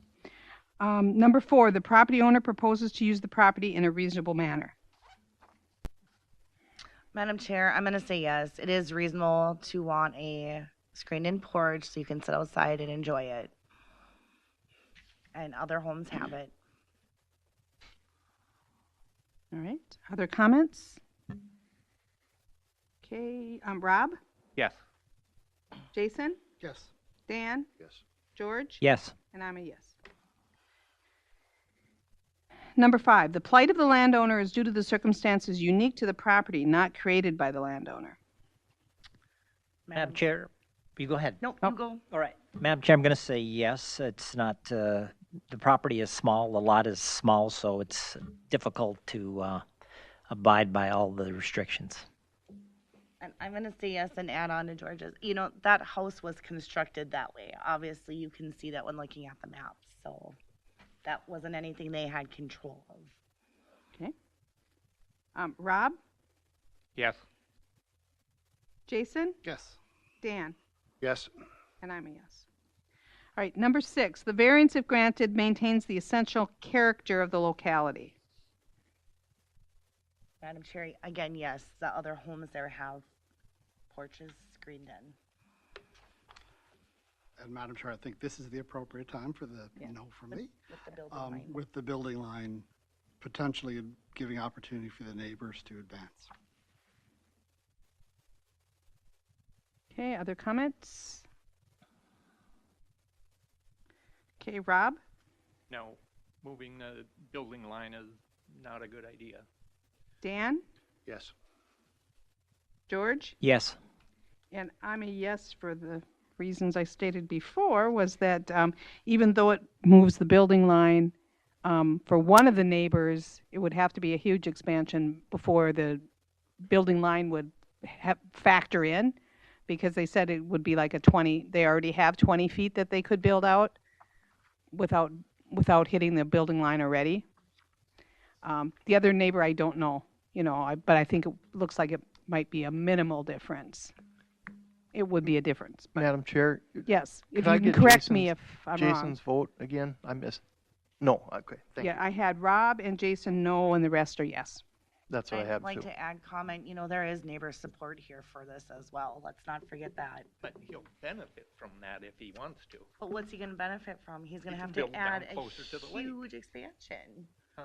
I said he'd have to build a huge expansion. Maybe the next owner will. Okay. And they may not even know about it. Yeah. Maybe Yeah. not that too. Yeah. Well, Yeah. a lot of Num- people don't look into that stuff either. Yeah. Number 7, the need for the variance involves more than economic considerations. I'll say yes. It was not considered. In fact, it's an investment here. Other comments? Rob? Yes. Amy? Yes. Jason? Yes.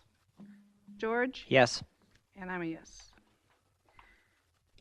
So finding all of our questions, the majority in the affirmative, we'd look for a motion to approve. Madam Chair, I'll make a motion to approve. Do you have any conditions that you're adding to that? I do. Hold on. The as-is-built certificate to be submitted to staff by December 31st, 2024. And Okay. if an extension is needed, to call and let them know. Okay, so we have a motion. Do we have a second? I'll second it. Okay, we have a motion and a second. Rob? No. Amy? Yes. Jason? Yes. Dan? Yes. George? Yes. And I'm a yes. All right, so motion carries. So if you need more information about details, you could talk to staff during regular business hours. Wonderful. Okay, thank you. Thank you, ladies and gentlemen. Have a good night. Yep. You too. Thanks for coming.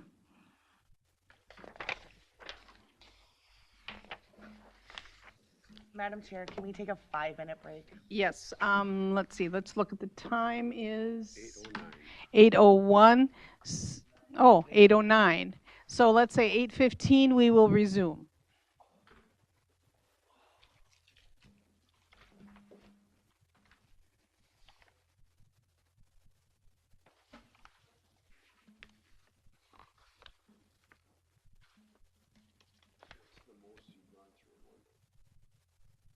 Number of, well, a lot of times if it gets way more, then they split it into 2 nights. But, yeah. What's the latest time you went to? 1:40. In the morning? Mm-hmm, That's the latest I went on planning commission. yeah, I can't wait for that one. That won't happen again. We're old too. yeah.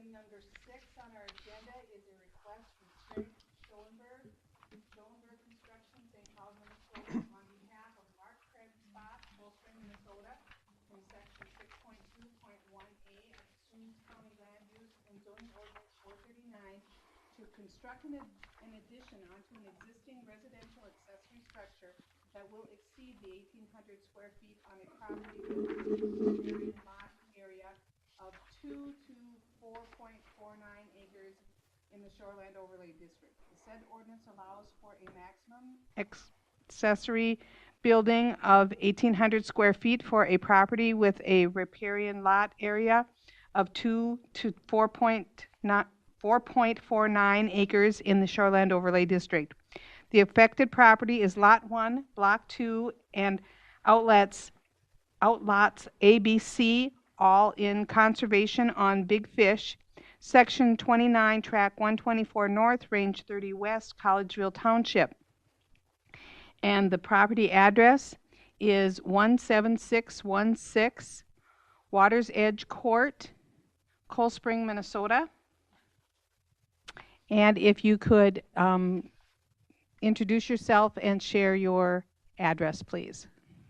I'm Craig Schoenberg Construction. My address is 1280 61st Avenue Southeast, St. Cloud, Minnesota, 56304. Thank you. And we'll do roll call on who was able to visit the site. Rob? Yes. Amy? Yes. Jason? Yes. Dan? Yes. George? No. And I visited the site. All right. If we move on to staff report. The property owner owns Lot 1, Block 2, and outlots A, B, and C in conservation on Big Fish, which was platted in the year 2012. That entire property is 112,803 square feet, or 2.59 acres in size. In 2014, the property owner obtained a construction site permit to build a new home and a 1,500 square foot accessory structure. The accessory structure was constructed to 28 by 50 or 1,400 square feet instead of 1,500. But it has an extra overhang on it that's 2 by 28, so that building totals 1,456 square feet. So he has remaining 344 square feet of additional area that he's allowed. He now would like to construct a 20 by 20 or 400 square foot addition to that existing structure. And there are features or overhangs on this structure that are going to add just shy of 150 square feet to the total area of the structure. So the end result is 2,005.98 square feet or 205.98 square feet in excess. And that's an 11.44% deviation from what he's allowed. The property is in the shoreland overlay of Big Fish Lake. That's classified recreational development. Big Fish is on the impaired waters list for mercury in fish tissue. A compliance inspection of his existing septic will be required by June 15th this summer. The proposed lot coverage is 15%. An obvious alternative to the request would be to construct an addition that doesn't exceed 344 square feet. Collegeville Township, Big Fish Lake Association, Sauk River Watershed District, DNR, and owners within 500 feet have been notified of this request. And I do not have any correspondence for this request, and I will turn it back to you, Madam Chair. Okay. And then if we could ask the applicant to share the comments with us. Sure. First of all, thank you for your time. I appreciate it. And those visited it. The site, it's a unique structure there. Originally, I was contacted by Mark Krebsbach to come out and put a 28 as wide as the existing building by 30 addition on there, like an 840 square foot addition. I came to the county to apply for permitting.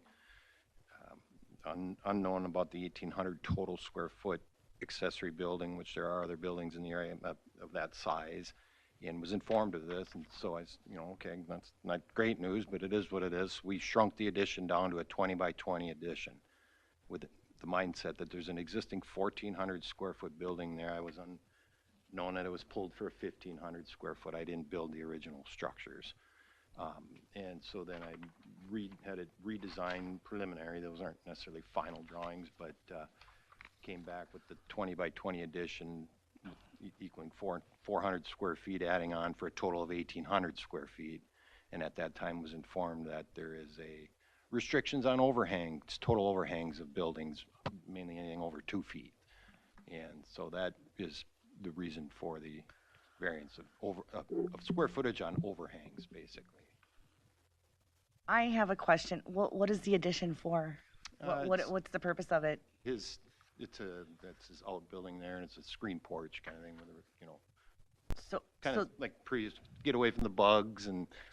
So the addition is for a screen porch? Well, it's that mindset, I guess. He's got these windows in there that he can open up. There's a big fireplace inside of there, so it's an extension of his existing building. It's not necessarily. So it's basically used it'd for be recreational a glorified use? screen porch, I guess. But Okay, so is it just used like a man cave kind of thing? Yeah, I guess. I mean, for does him and his family, yeah. There's a pool table in the existing part, and wants to open that wall up to the. It's just mainly you can see on the design. It's a very big fireplace with the stone, tall vaulted ceiling in there. So he wants to add a fireplace. No. Gas fireplace. Correct. In there, yeah. Okay. There's that chimney there and all that stone. Well, there's water and sewer in there too? There is, yeah. Is there now, or is that part of the new addition? No, there is now. Yeah, there's bathroom in there. Right. As it's designed, the only thing it's not designed on one of the pictures I seen, there is an overhang on one end that wasn't. There's just that additional one that Dave noted. And then we're matching the existing. You can see there on the stone piers, and some of the other pictures when you were out there on his existing house has them angled stone piers with the posts and the brackets. You can see the cedar brackets on the existing garage, Right. existing home. All that is kind of incorporated into this stone pier in the addition there on the one end coming up. Okay, maybe this is a silly question. If he puts this addition on, what is he gaining for feet? For what? For the feet, like how much is he going to gain from this? Like Square footage, interior square footage? Yeah. 400 square feet. Okay. Yep. And it looks like there's a second level to that, or is that just the windows appearing that way? There is a second level on the existing. There will not be on the addition. Okay. There's a bonus room or an attic truss in that upstairs existing area. And that's used over part of it. That's used as a recreational area or as a sleeping area? It's sleep. I think he's had beds up there, or it's. Kids are up there. I guess I'm just telling you what it's used. It's been approved. That's an approved building there. The addition will not have an upstairs in it.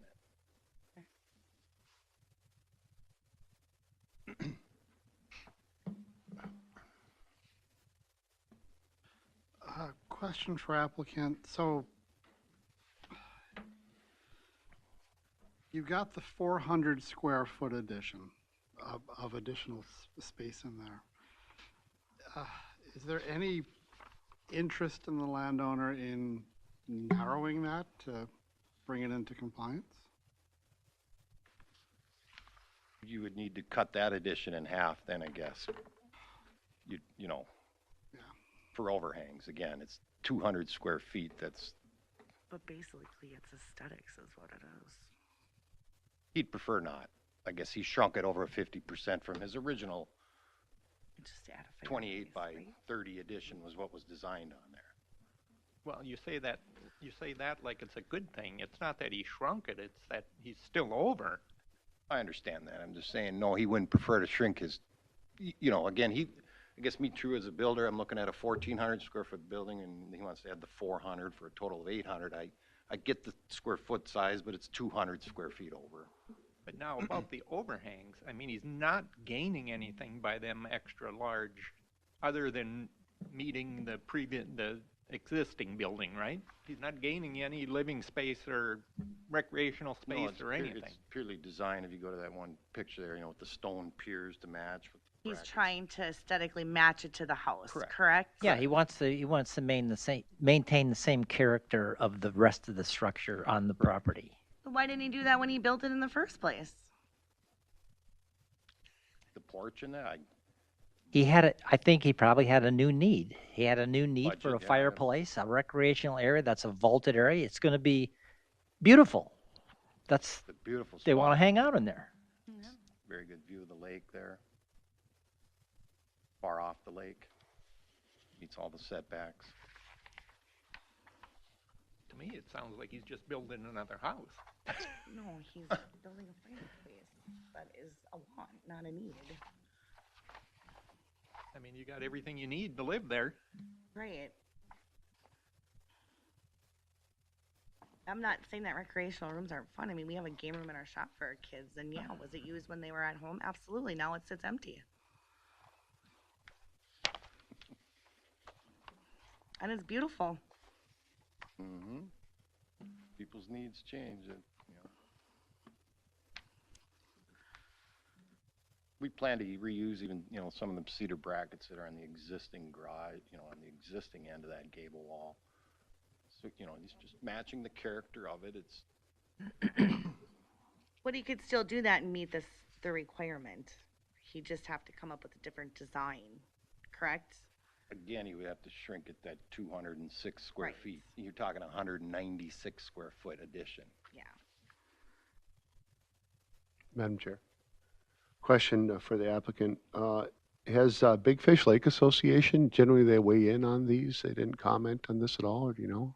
I don't know that. I guess if they're around, I'm sure they probably will, or they'll be made aware. Madam Chair, Member Ray, I did not receive any correspondence from them. They were noticed.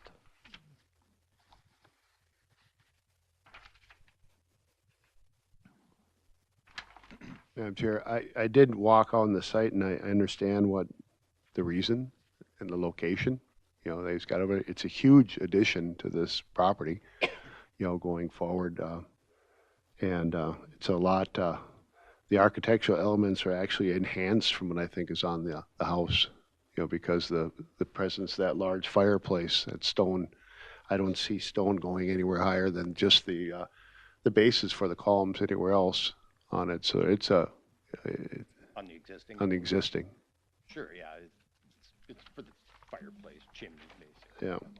That's a big aspect to the. I guess there's a little on one of the, it could be a fireplace there too with the window above it. But that's a very tight driveway in there too, but good luck.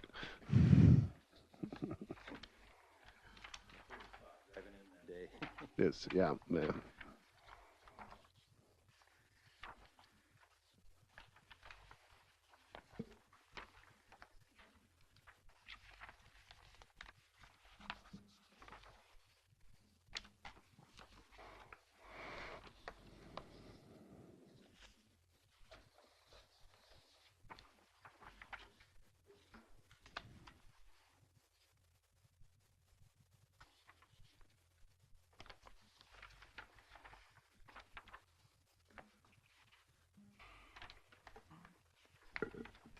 I have no other questions, Bonnie. Okay, any other questions or comments? Okay, is there anyone in the audience that would like to comment on this application? Anyone at all? Final time, anyone? And we're ready for a motion to close the public hearing. Madam Chair, Jason Meterman, so moved. I'll second. Jason. All in favor? Aye. Aye. Opposed? Hearing none.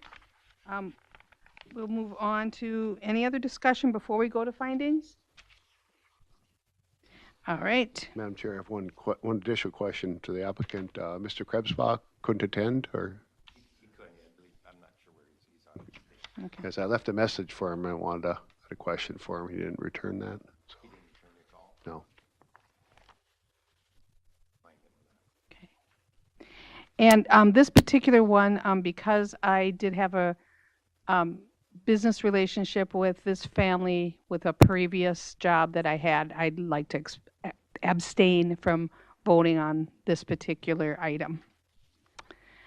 Number 1, the proposed use is allowed in the zoning districts in which the subject property is located, yes or no? Madam Chair, accessory structures are allowed in the R1 zoning district. Okay. Any other comments? All right, Rob? Yes. Amy? Yes. Dan? Yes. George? Yes. And I'm abstaining. Number 2, the variance will be in harmony with the general purposes and intent of the official controls. Madam Chair, I'm going to say no under Ordinance 439. It's on the small end of that allotment, 2 acres to 4.49 acres. It's on the small end of the area, but it's over on the allowed square footage. All right, any other comments? Okay, Amy? And I'm going go to ahead, say, George. and I'm going to say yes, because it depends how you interpret the words harmony and general purposes. I'm interpreting it, it's in harmony with the general purpose of the controls. Okay. How do you interpret numbers, George? If it's close, I interpret it as it's okay.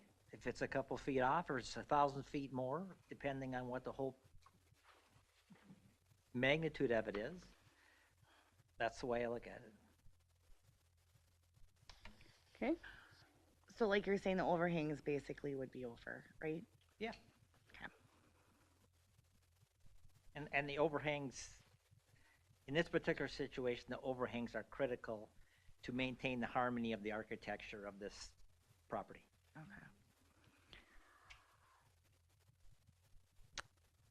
Okay, Amy? I actually do agree with George, so I am a yes. Jason? No. And Dan? Tiebreaker, right? I struggle with the overhangs, actually, on that. And when you're designing something for aesthetics on that, and maybe a question for the staff on that, the determination of overhangs and size, what's the basis of that determination? I can take that one. The ordinance was just updated last month to make it crystal clear that overhangs do count. And I think it's because at what point isn't it usable space? Mm-hmm. You could have a 3-foot overhang and store wood under it, or store some lawn furniture or whatnot. So yes, at some point there does need to be a limit. And if the Board of Adjustment wants to have a conversation about what you think that should be, we would have to have that at a different time. But yes, and to add to that, I would say last summer, and I know Jason Wienerman was part of this too, the county board had a work group talking just about accessory structures, and we met 3-4 times and we talked all about this. And it was very clear they didn't want to allow larger accessory structures in shoreland. They wanted to stick to the chart, and they were okay with, and then solidified it in the ordinance that 2 feet is what's allowed. We're not, just so everyone's clear, you can go greater than 2 feet, but that cuts into the area of the enclosed area.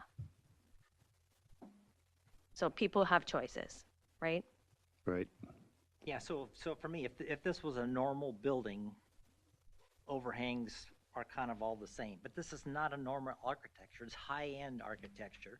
They've already reduced it to try to come closer into compliance. Mm-hmm. And I just, again, I think the overhangs on this structure to match the rest of it is pivotal for the character of the whole thing. Mm-hmm. But they didn't reduce anything, George. It hasn't been built yet. No, they reduced the plan, is what I'm saying, Well, right? yeah, they could have planned for a 5,000 and scaled it back now. Then they'd be way over. Oh, but they scaled it back. Yeah. So we need a vote from Dan yet? Yes. Yeah, I have to be a no. When we look at that, the opportunity to redesign it, I understand aesthetics very well, but I think in this case, we should take another run at it. Okay. Question number 3. The variance will be consistent with the comprehensive plan, yes or no?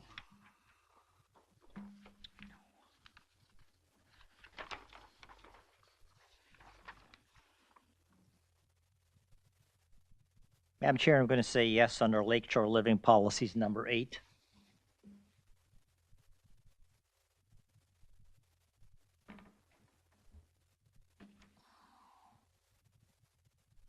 Madam Chair, I would also say number 3. I mean, we often talk about people on the below the median of income, but when we talk about living goal number 3, support housing options of people of all economic means, this is one of those on the other side. So, as someone mentioned, it's a highly architecturally designed home, so that would also meet living goal 3. So you're saying I'm a yes yes. on, you're yes, all right.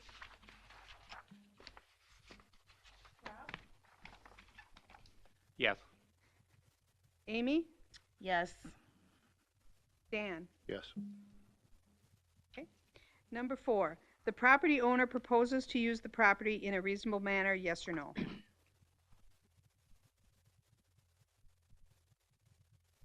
Madam Chair, I'm going to say yes. Having a facility like this using as a recreational area is reasonable use.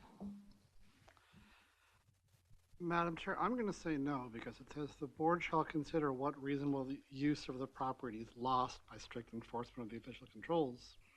If we do enforce this, there's no reasonable use of the property that is lost. So the use of the property will be minimally affected if they abide by our controls. I'm going to say no because it's already used as a recreational man cave.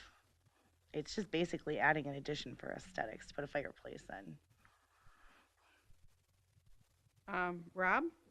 I'm going to say no. This is a want, not a need. And It's not that the lot's too small that we got to allow the building line to move forward to put in a screen porch. He's got it. It's too big. okay, and Dan? No. Okay. Question number 5, the plight of the landowner is due to circumstances unique to the property, not created by the landowner. Madam Chair, maybe my answer to the previous one would be better on this one. I'm going to say no. Okay. It's not the property, it's the size of the structure that he wants to build there. Okay.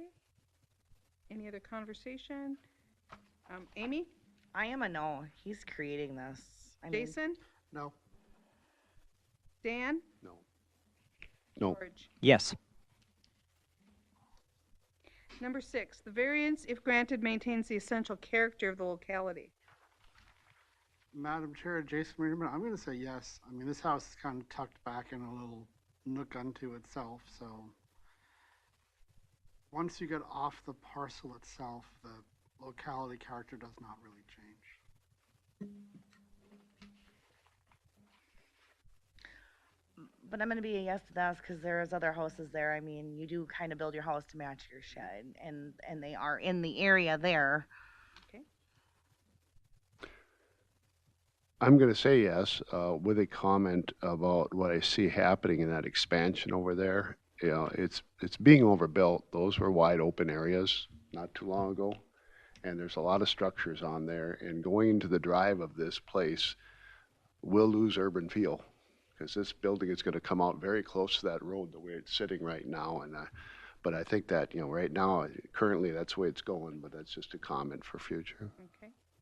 Okay, Rob? Yes. Maybe it was a reluctant yes is what I should have said. Okay. George? Yes. Okay.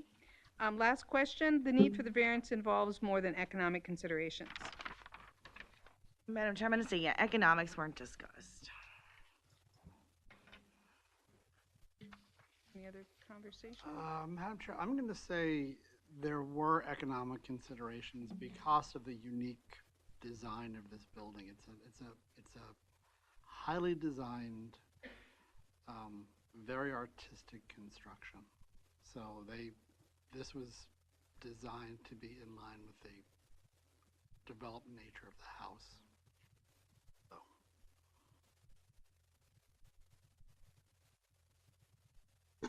I'm sorry, Madam Chair. So that was a yes or no, Jason? That was a no. No. Okay. Rob? Yes. Dan? Yes. And George? I'm going to say yes. I don't think economics is a factor here because obviously this property owner has the resources to build a facility like this. So I don't think that was the consideration when they thought about doing this. No. Okay. So we are at 4 yeses and 3 nos in regard to the majority of these questions. And since we have 3 that are in the negative, we would be open to a motion to deny. Madam Chair, I'll make a motion to deny the variance request. Madam Chair, Jason Ingerman, second. Okay, then we'll do roll call. Rob? Yes. Amy? Yes. Jason? Yes. Dan? Yes. And George? No. All right, the request has been denied. So you can talk to staff during regular business hours as to what your alternatives would be going forward. Disappointing, you guys. I'm telling you, 2-foot overhangs are a thing of the past. The houses that are being designed on the lakes out there that you guys approve, and all these overhangs and these big towards the lakes and that, and somebody has 200 square feet over, and you give your opinion, comment because the owner. All the other things you guys approve. It's in the ordinance. It is in the ordinance. I know. What's in the ordinance? The 439 about the overhangs. I know we denied one on Big Fish Lake because of the ordinances last month or the month before. Madam I Chair, think can we're we ready move to on, go on please? to next agenda item, which would And be you number can have that 7. discussion with staff. Please do. Yep.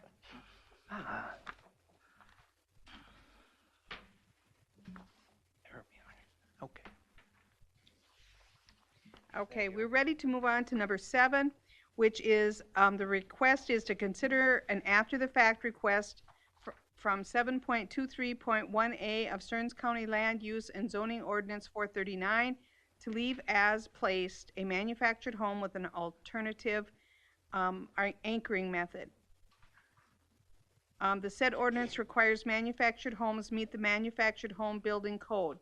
The affected property is part of the southwest quarter of Section 29, Township 125, Range Township. Okay, Range 30, Avon Township. Property address is 18397 332nd Street, Minnesota. In probably Avon. Avon, Minnesota. Okay.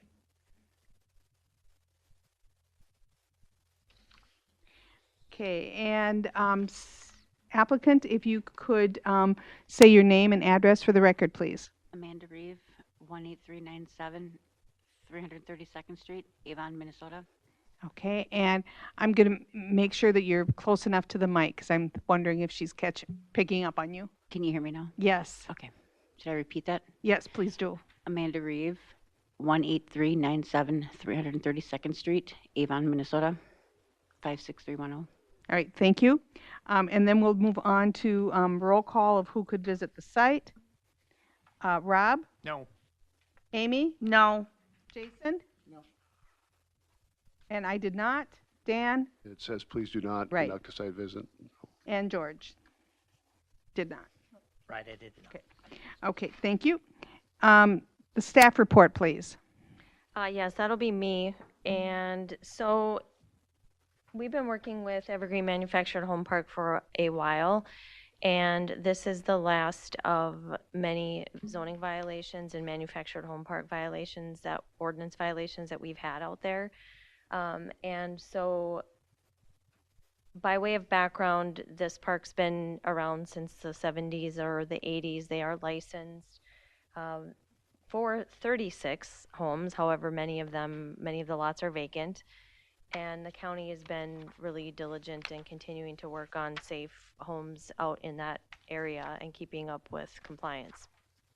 So Amanda is in front of you tonight, and on behalf of the county, we are asking for the Board of Adjustment to consider a variance that would allow what we're calling an alternative anchoring method. So basically, when the home was moved in, it was moved in by a home mover. They're not required to be licensed, and it was basically just set on the home park property, not directly on Amanda's lot. It wasn't blocked right, it wasn't anchored at all, and so eventually it got up the hill and it got set onto Amanda's lot where it sits today. However, until 2023, until last spring, it wasn't blocked correctly, which the blocks are obviously what lifts it off the ground, and then the anchors are what ties it into the ground anchors, and they weren't anchored at all. It was blocked incorrectly and there was no anchors.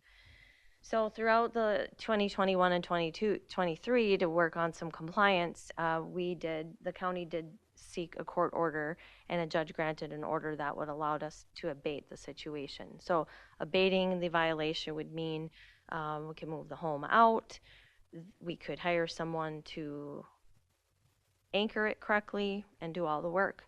And so we opted to try to find a contractor to do that. And as Amanda, as she's comfortable, when it's her turn to talk, she can talk about this too. It was very hard for her and the county to find a contractor to do work out in this park due to the condition of the park. We did finally find somebody, the county did. He was licensed and he erred in his method of anchoring. And so I'm going to pull up a picture. So typically you'd see the anchors that would go basically below the floor joist and above the beam up here. And he indicated when he was doing the work that he was unable to do that because of the age of the home, and that he does this in other locales and it's approved. And so our building inspector went out to do the inspection, and he would not sign off on it because in his opinion it doesn't meet the code.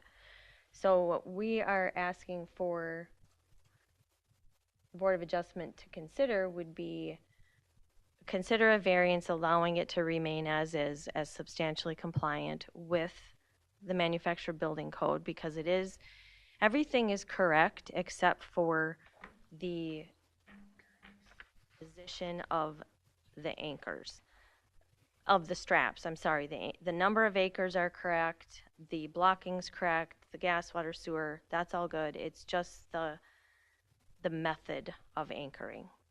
And when I say we, I mean the department, the county attorney's office. We're really at our last straw here, and so this is why we're asking the Board of Adjustment to consider a variance. And with the condition, and all of this, Amanda met multiple times. We worked together over the years to try to come up to compliance. And one of the conditions that it would be only valid for her as long as she is titled to the property and is living in the home, as to not perpetuate the issue to another owner in the future. So this is definitely the first request that you've seen like this. And so none of us in the room are building officials, and that's okay, because we can talk about what the intent of the zoning ordinances and the code and decide whether or not the board believes that relief should be granted. So I kind of just dumped like 4 years of stuff on you, and it's a lot of it in my head. So if I missed anything that you thought it was helpful in the staff report, I'm happy to Andy, cover is this that. the only one in that trailer park that's this way? Are the rest of them compliant? I mean, is this going to be an issue with others? Madam Chair, Member Sherping, good question. So when we started this effort in 2019, I think it was, there were many that were not anchored correctly, and some just needed some. I should say we didn't have certification that they were all done right. Some just had to get certification from the person who installed it. One installer was out of business, and so we had to get someone else to sign off on it. And so the answer is, to the best of our knowledge right now, this would be the only one that does not have a sign off. Okay. And so, and then since then, we have had one go in, and that has met the requirements. Okay. And a question for Amanda. How long have you lived there? Since right between, I moved to the trailer in about November of 2020. The house got placed on the lot a little before Christmas of 2020. Angie, I got two questions. You said the contractor that did it said it was okay. He's done it that way before. Did he show any proof to you that that was okay? Madam Chair, Member Fiedler, he did not. And after there were some things that happened after he did the work where he got paid, and the attorney's office decided not to pursue enforcement against the contract. And so after that point, there was really no conversation that he would have with us anymore. He pretty much just walked away from it. Okay. Second question was, you said the inspector, is this a county inspector? What is it? Yeah, so for manufactured homes, the county contracts with a building official. Okay. And so that was the building official I was referring Yeah, to. and I think you said that inspector, in his opinion, said it was not okay. Was that just his opinion, or did he have something, a document that said that's the way it had to be? So in his experience, he would not sign, he doesn't believe that it meets he doesn't believe that, to answer your question, do we have documentation? I probably have an email where he says that it is not an acceptable method. It's called the strap method or the buckle method. And I'm sure I have an email in everywhere that says that. Is it a code somewhere that says it has to go over the top? In his opinion, yes, as a building official. For me, that's critical. That's his opinion, okay? And you could get another person in there, and that person would say, this is okay. So I just wanted to point that out. Madam Chair, question for staff. So as you say, there's been several years of discussion around this item. And I think the county attorney has weighed in. If we do approve this variance request as presented, does that open the county to any additional liability from ours or anyone else's action? Madam Chair, Member Wienerman, according to the county attorney's office, no. They are not concerned with that. In fact, this was their idea to come to the Board of Adjustment. Okay. To legitimize it. Right. Yeah. Right. And, some of you that have had experience before in court or with law enforcement or whatnot, when you get in front of a judge, you're never sure exactly what's going to happen, right? And so, to be honest, you're a little bit more predictable, maybe than what a judge would do. And so that's kind of where they were weighing the pros and the cons. So we would be able to put a condition on this that this would be acceptable for this owner, for this owner and this trailer? Right. And I've spoken with Amanda about that. I know she had some concerns related to that and what it would do to the resale of her home and et cetera. And so because the county did damage to the home because we hired the contractor to do the work, we will, you know, have a separate agreement with her that if she chooses to move the home out of this park, we will pay to get it fixed first. And fixing means welding the slits where the buckle straps were put in. Okay. So the county's taking responsibility for that if she would choose to move it out of this park. But hopefully that answers your question.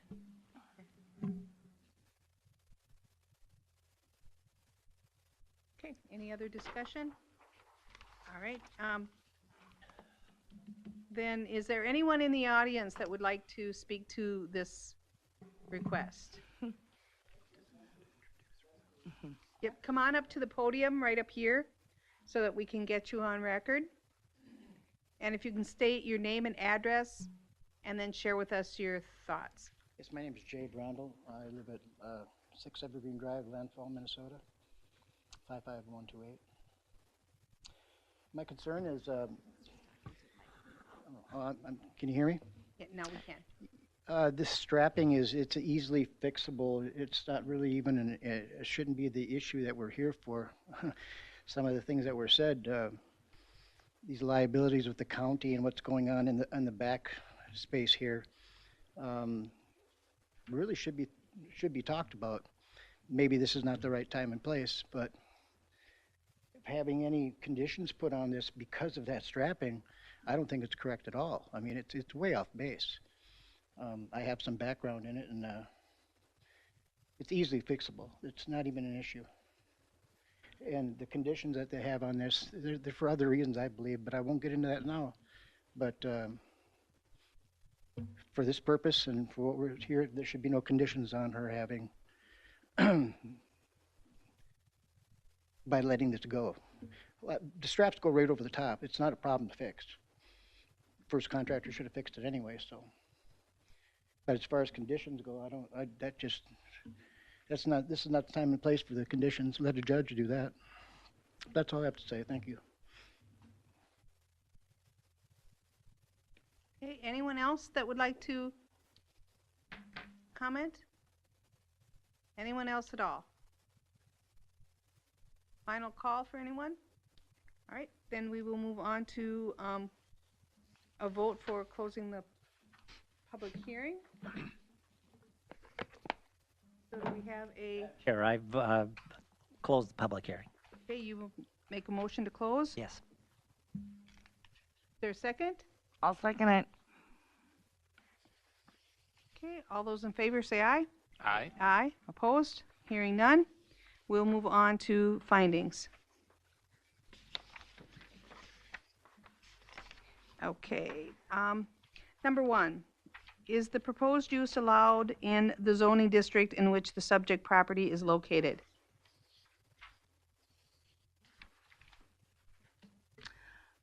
Would this be R1? Or it's a RV park? or- RV? District is residential manufactured home park. Okay. So it's a manufactured home and a manufactured So home then, park? yes, it would be. Okay, any other conversation? Okay, Rob? Yes. Jason? Yes. Dan? Yes. George? Yes. And I'm a yes. Okay, number two, is the variance in harmony with the general purpose and intent of the original controls?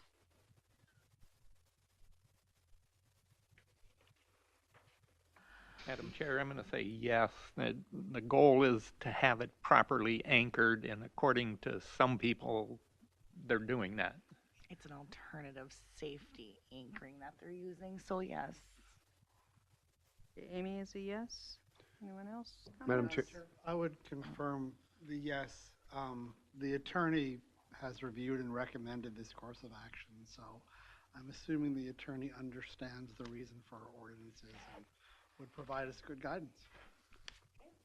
Madam Chair, a question for staff. I thought I read in here that the practice is used elsewhere like this in other jurisdictions, strapping through the. That's my understanding according to installer. Okay, thanks. I'm a yes. George? Yes. Okay, number 3, is the variance request consistent with the comprehensive plan? Madam Chair, I'm going to say yes under living goals number 3. Okay, other comments? Otherwise, George, or Rob? Yes. Amy? Yes. Jason? Yes. Dan? Yes. And I'm a yes. Number 4, is the property owner proposed to use the property in a reasonable manner not permitted by official controls?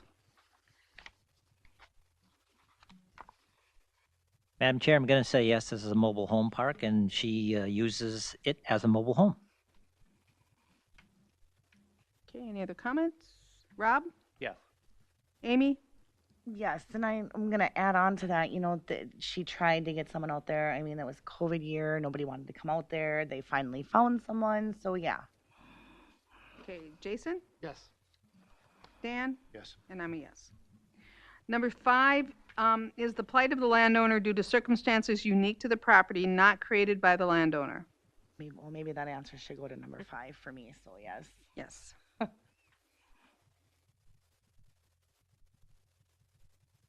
Okay, Rob? Yes. Jason? Yes. Dan? Yes. George? Yes. And I'm a yes. Number 6, will the variance maintain the essential character of the locality?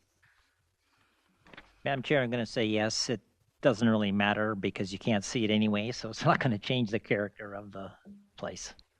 Okay. Rob? Yes. Amy? Yes. Jason? Yes. Dan? Yes. And I'm a yes. And the need for the variance involves more than economic considerations, yes or no? I don't think economics were discussed, so yes. Okay, any other discussion? Rob? Yes. Jason? Yes. Dan? Yes. George? Yes. And I'm a yes. Finding all the questions in the positive, we'd be looking for a motion to approve. Madam Chair, I'll make a motion to approve the variance. With condition? With or without? The condition, and I wrote that. Stays in the house. That this is only for her staying in the house. Madam Chair, second with the conditions. Okay. We have a motion and a second. Rob? Yes. Amy? Yes. Jason? Yes. Dan? Yes. George? Yes. And I am a yes. So motion carries, the variance has been granted.